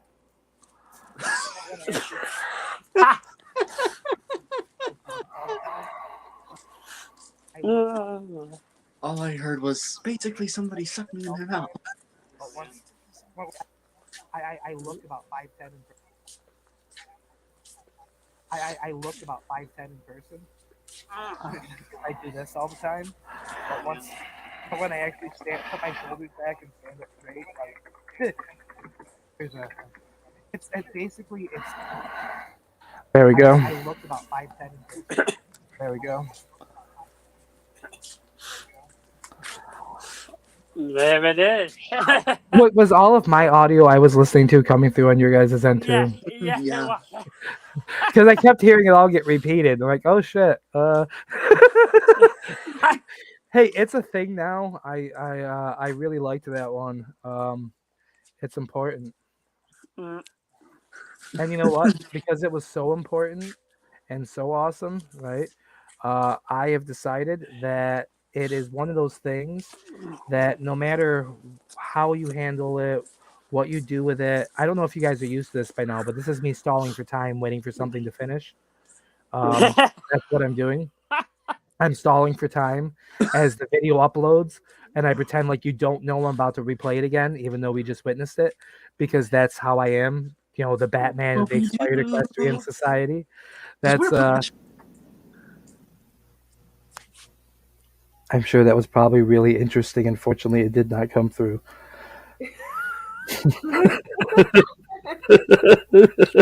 Professionalism. That's what we do. I look about 5'10" in person. Mm. I do this all the time. It is. But once in fact. when I actually put my What we do. shoulders back and stand up straight, like there's it's basically it's like somebody sucked me in their Z mouth is and I still just got a muted. few inches bigger.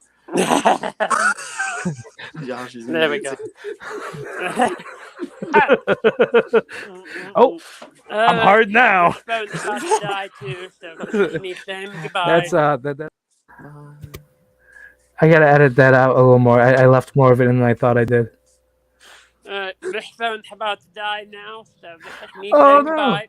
I mean, that's okay. We're almost at the 3-hour mark, so we're probably gonna bounce too. Zelzy, thank you for joining us. Oh, Yeah. of course. See, you never know what you're going to come across here on Shooting the Shite. No, Sometimes it's a clown with a spiked dildo. Sometimes it's Brooke without a bra. Most cases it's Brooke without a bra. Sometimes the pink it's dildo. sometimes it's a pink dildo. Sometimes it's AB in a pink shirt. Sometimes it's me talking about putting me in your mouth and making me hard. You never know. Hashtag erection. And that is reason 42,025 that we are better than Markiplier. Because, I mean, he may have us be on Tasteful Nudes, but he doesn't have us be on Professionalism. Dudes. Professionalism, yeah. Well, yeah, that's what we do. Hashtag professional. It says it right there, see, in the ticker, professionalism. You know That's how what we do. There you go. You know how Dylan and Grant in After Dark started a tag team at one point calling themselves the Co-Hostels because they're the co-hosts? Yep. We should have a branch off team just called the Professionals. Yeah. The Make Co-Hostels, pictures of the Co-Hostels versus the Professionals. Here's what we Yeah. do. We get a black and white photograph of John Travolta and Sam Jackson from Pulp Fiction. Okay. We put our faces on them. Yes. Yep. And then we put it in the backdrop. See you later, Z. And Yep. in front of it, we put professionalism on top, and that's what we do on the bottom. Yeah. Yes. I love it. We are the professionals. Yeah. Complete with our look. Yes. Professionalism. Yes. Your match remain 3. I might actually on that. I might actually make that. And if we don't want to do the Pulp Fiction one, we could also do Men in Black. Yes, I'm gonna try both of those. I'm gonna try both of those and see which one looks better. We could do Men in Black with the 3 of them. The chick too. Put my face on the chick. I'll be the Okay. chick because Okay. I'd be the one feeling up my tits. So I feel like you'd be John Travolta. Not John Travolta. Tommy Lee Jones. I'll take it. I'll be the Kiwi's grumpy- definitely the Will Smith of the two of you. Yes, he is definitely the Will Smith. Yeah. I mean, if I was there, I'd say me, but I'd rather have the tits.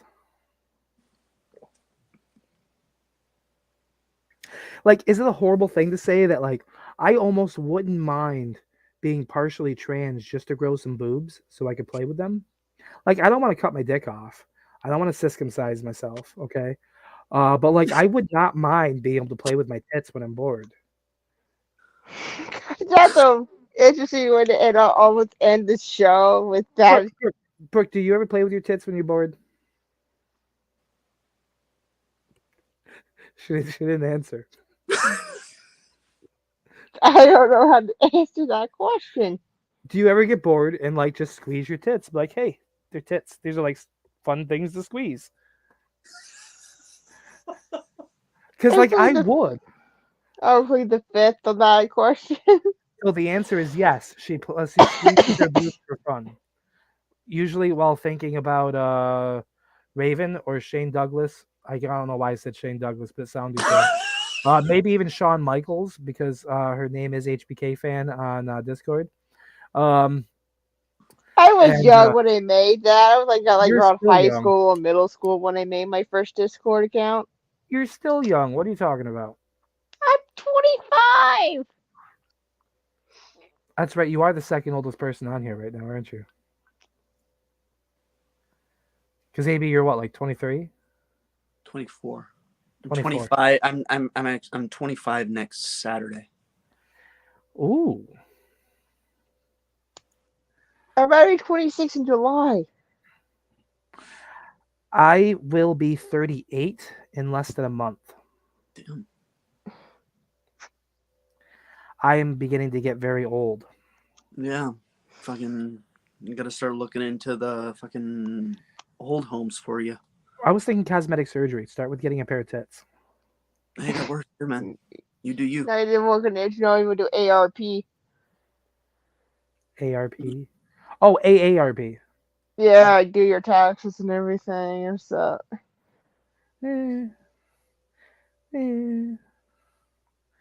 But yeah, so this seems about right because I want to go back to playing video games. Yeah. Is it time Yeah. to stick the landing? And I mean, AB here, he's been up only for like 3 hours, and like maybe he'd like to do something with his life. Maybe get some food. Maybe I'm watch so some porn. Maybe That's, play some video games. Hmm. Maybe fuck a bread bag. I mean, that sounds like the plan. it is a I'm prison. probably gonna get some sleep because I got work tomorrow. I'm gonna squeeze her boobs and be like, No. "Ha, bet you wish you could do this, Josh." And I don't know if she means squeeze my own boobs or squeeze her boobs. And probably yes, either way. I love boobs, so I'd squeeze any pair that I could get my hands on. Um, as long as everyone's okay with it, anyway. Um, Consent is important. yes, consent, and by consent, I meant my wife. Uh,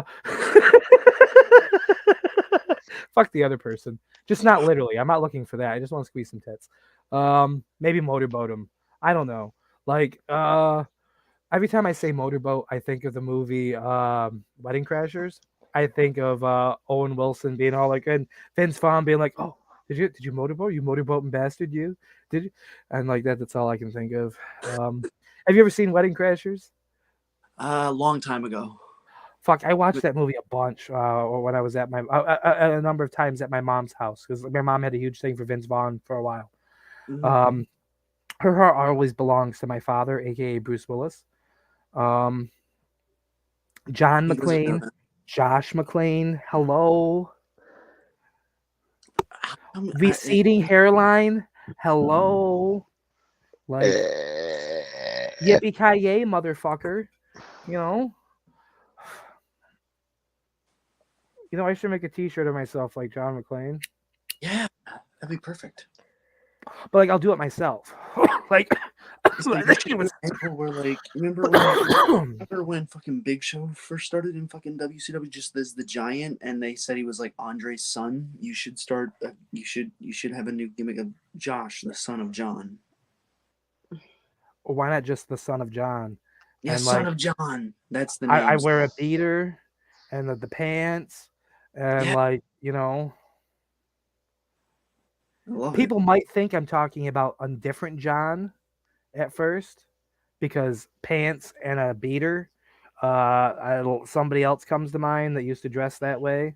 Moxley. Nope, somebody else. Especially since it's going to be kind of dirtyish looking. Brody Lee. You lost me. Brody Oh, Lee. I that- forgot he used to wear that as also as a gimmick as well, because Dean Nelson did it too at one point in his career as well. So that's why I got both confused. well, is it? Well, is it John with an H?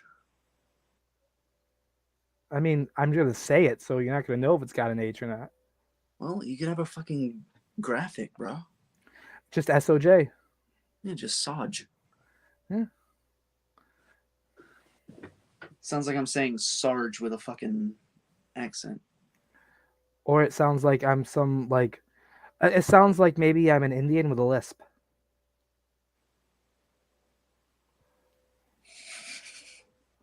It's I don't know how you end up with this standpoint, but here we are. What are you talking about standpoint? We're in the end game. We're in the end game now. I've seen over 14 million futures, and let me tell you, I know exactly how this podcast is going to end.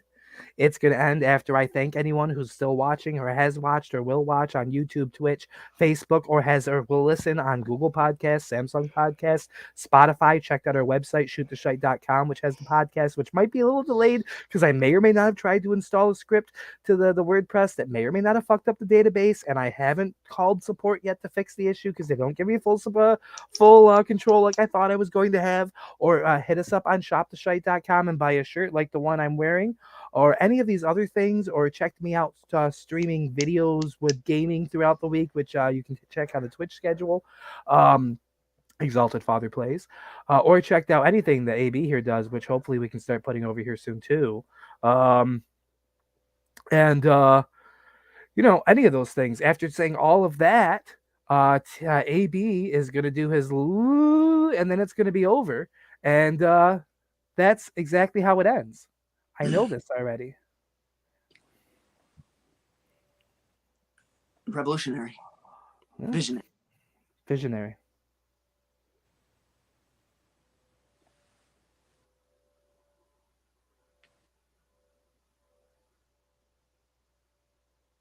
Mm.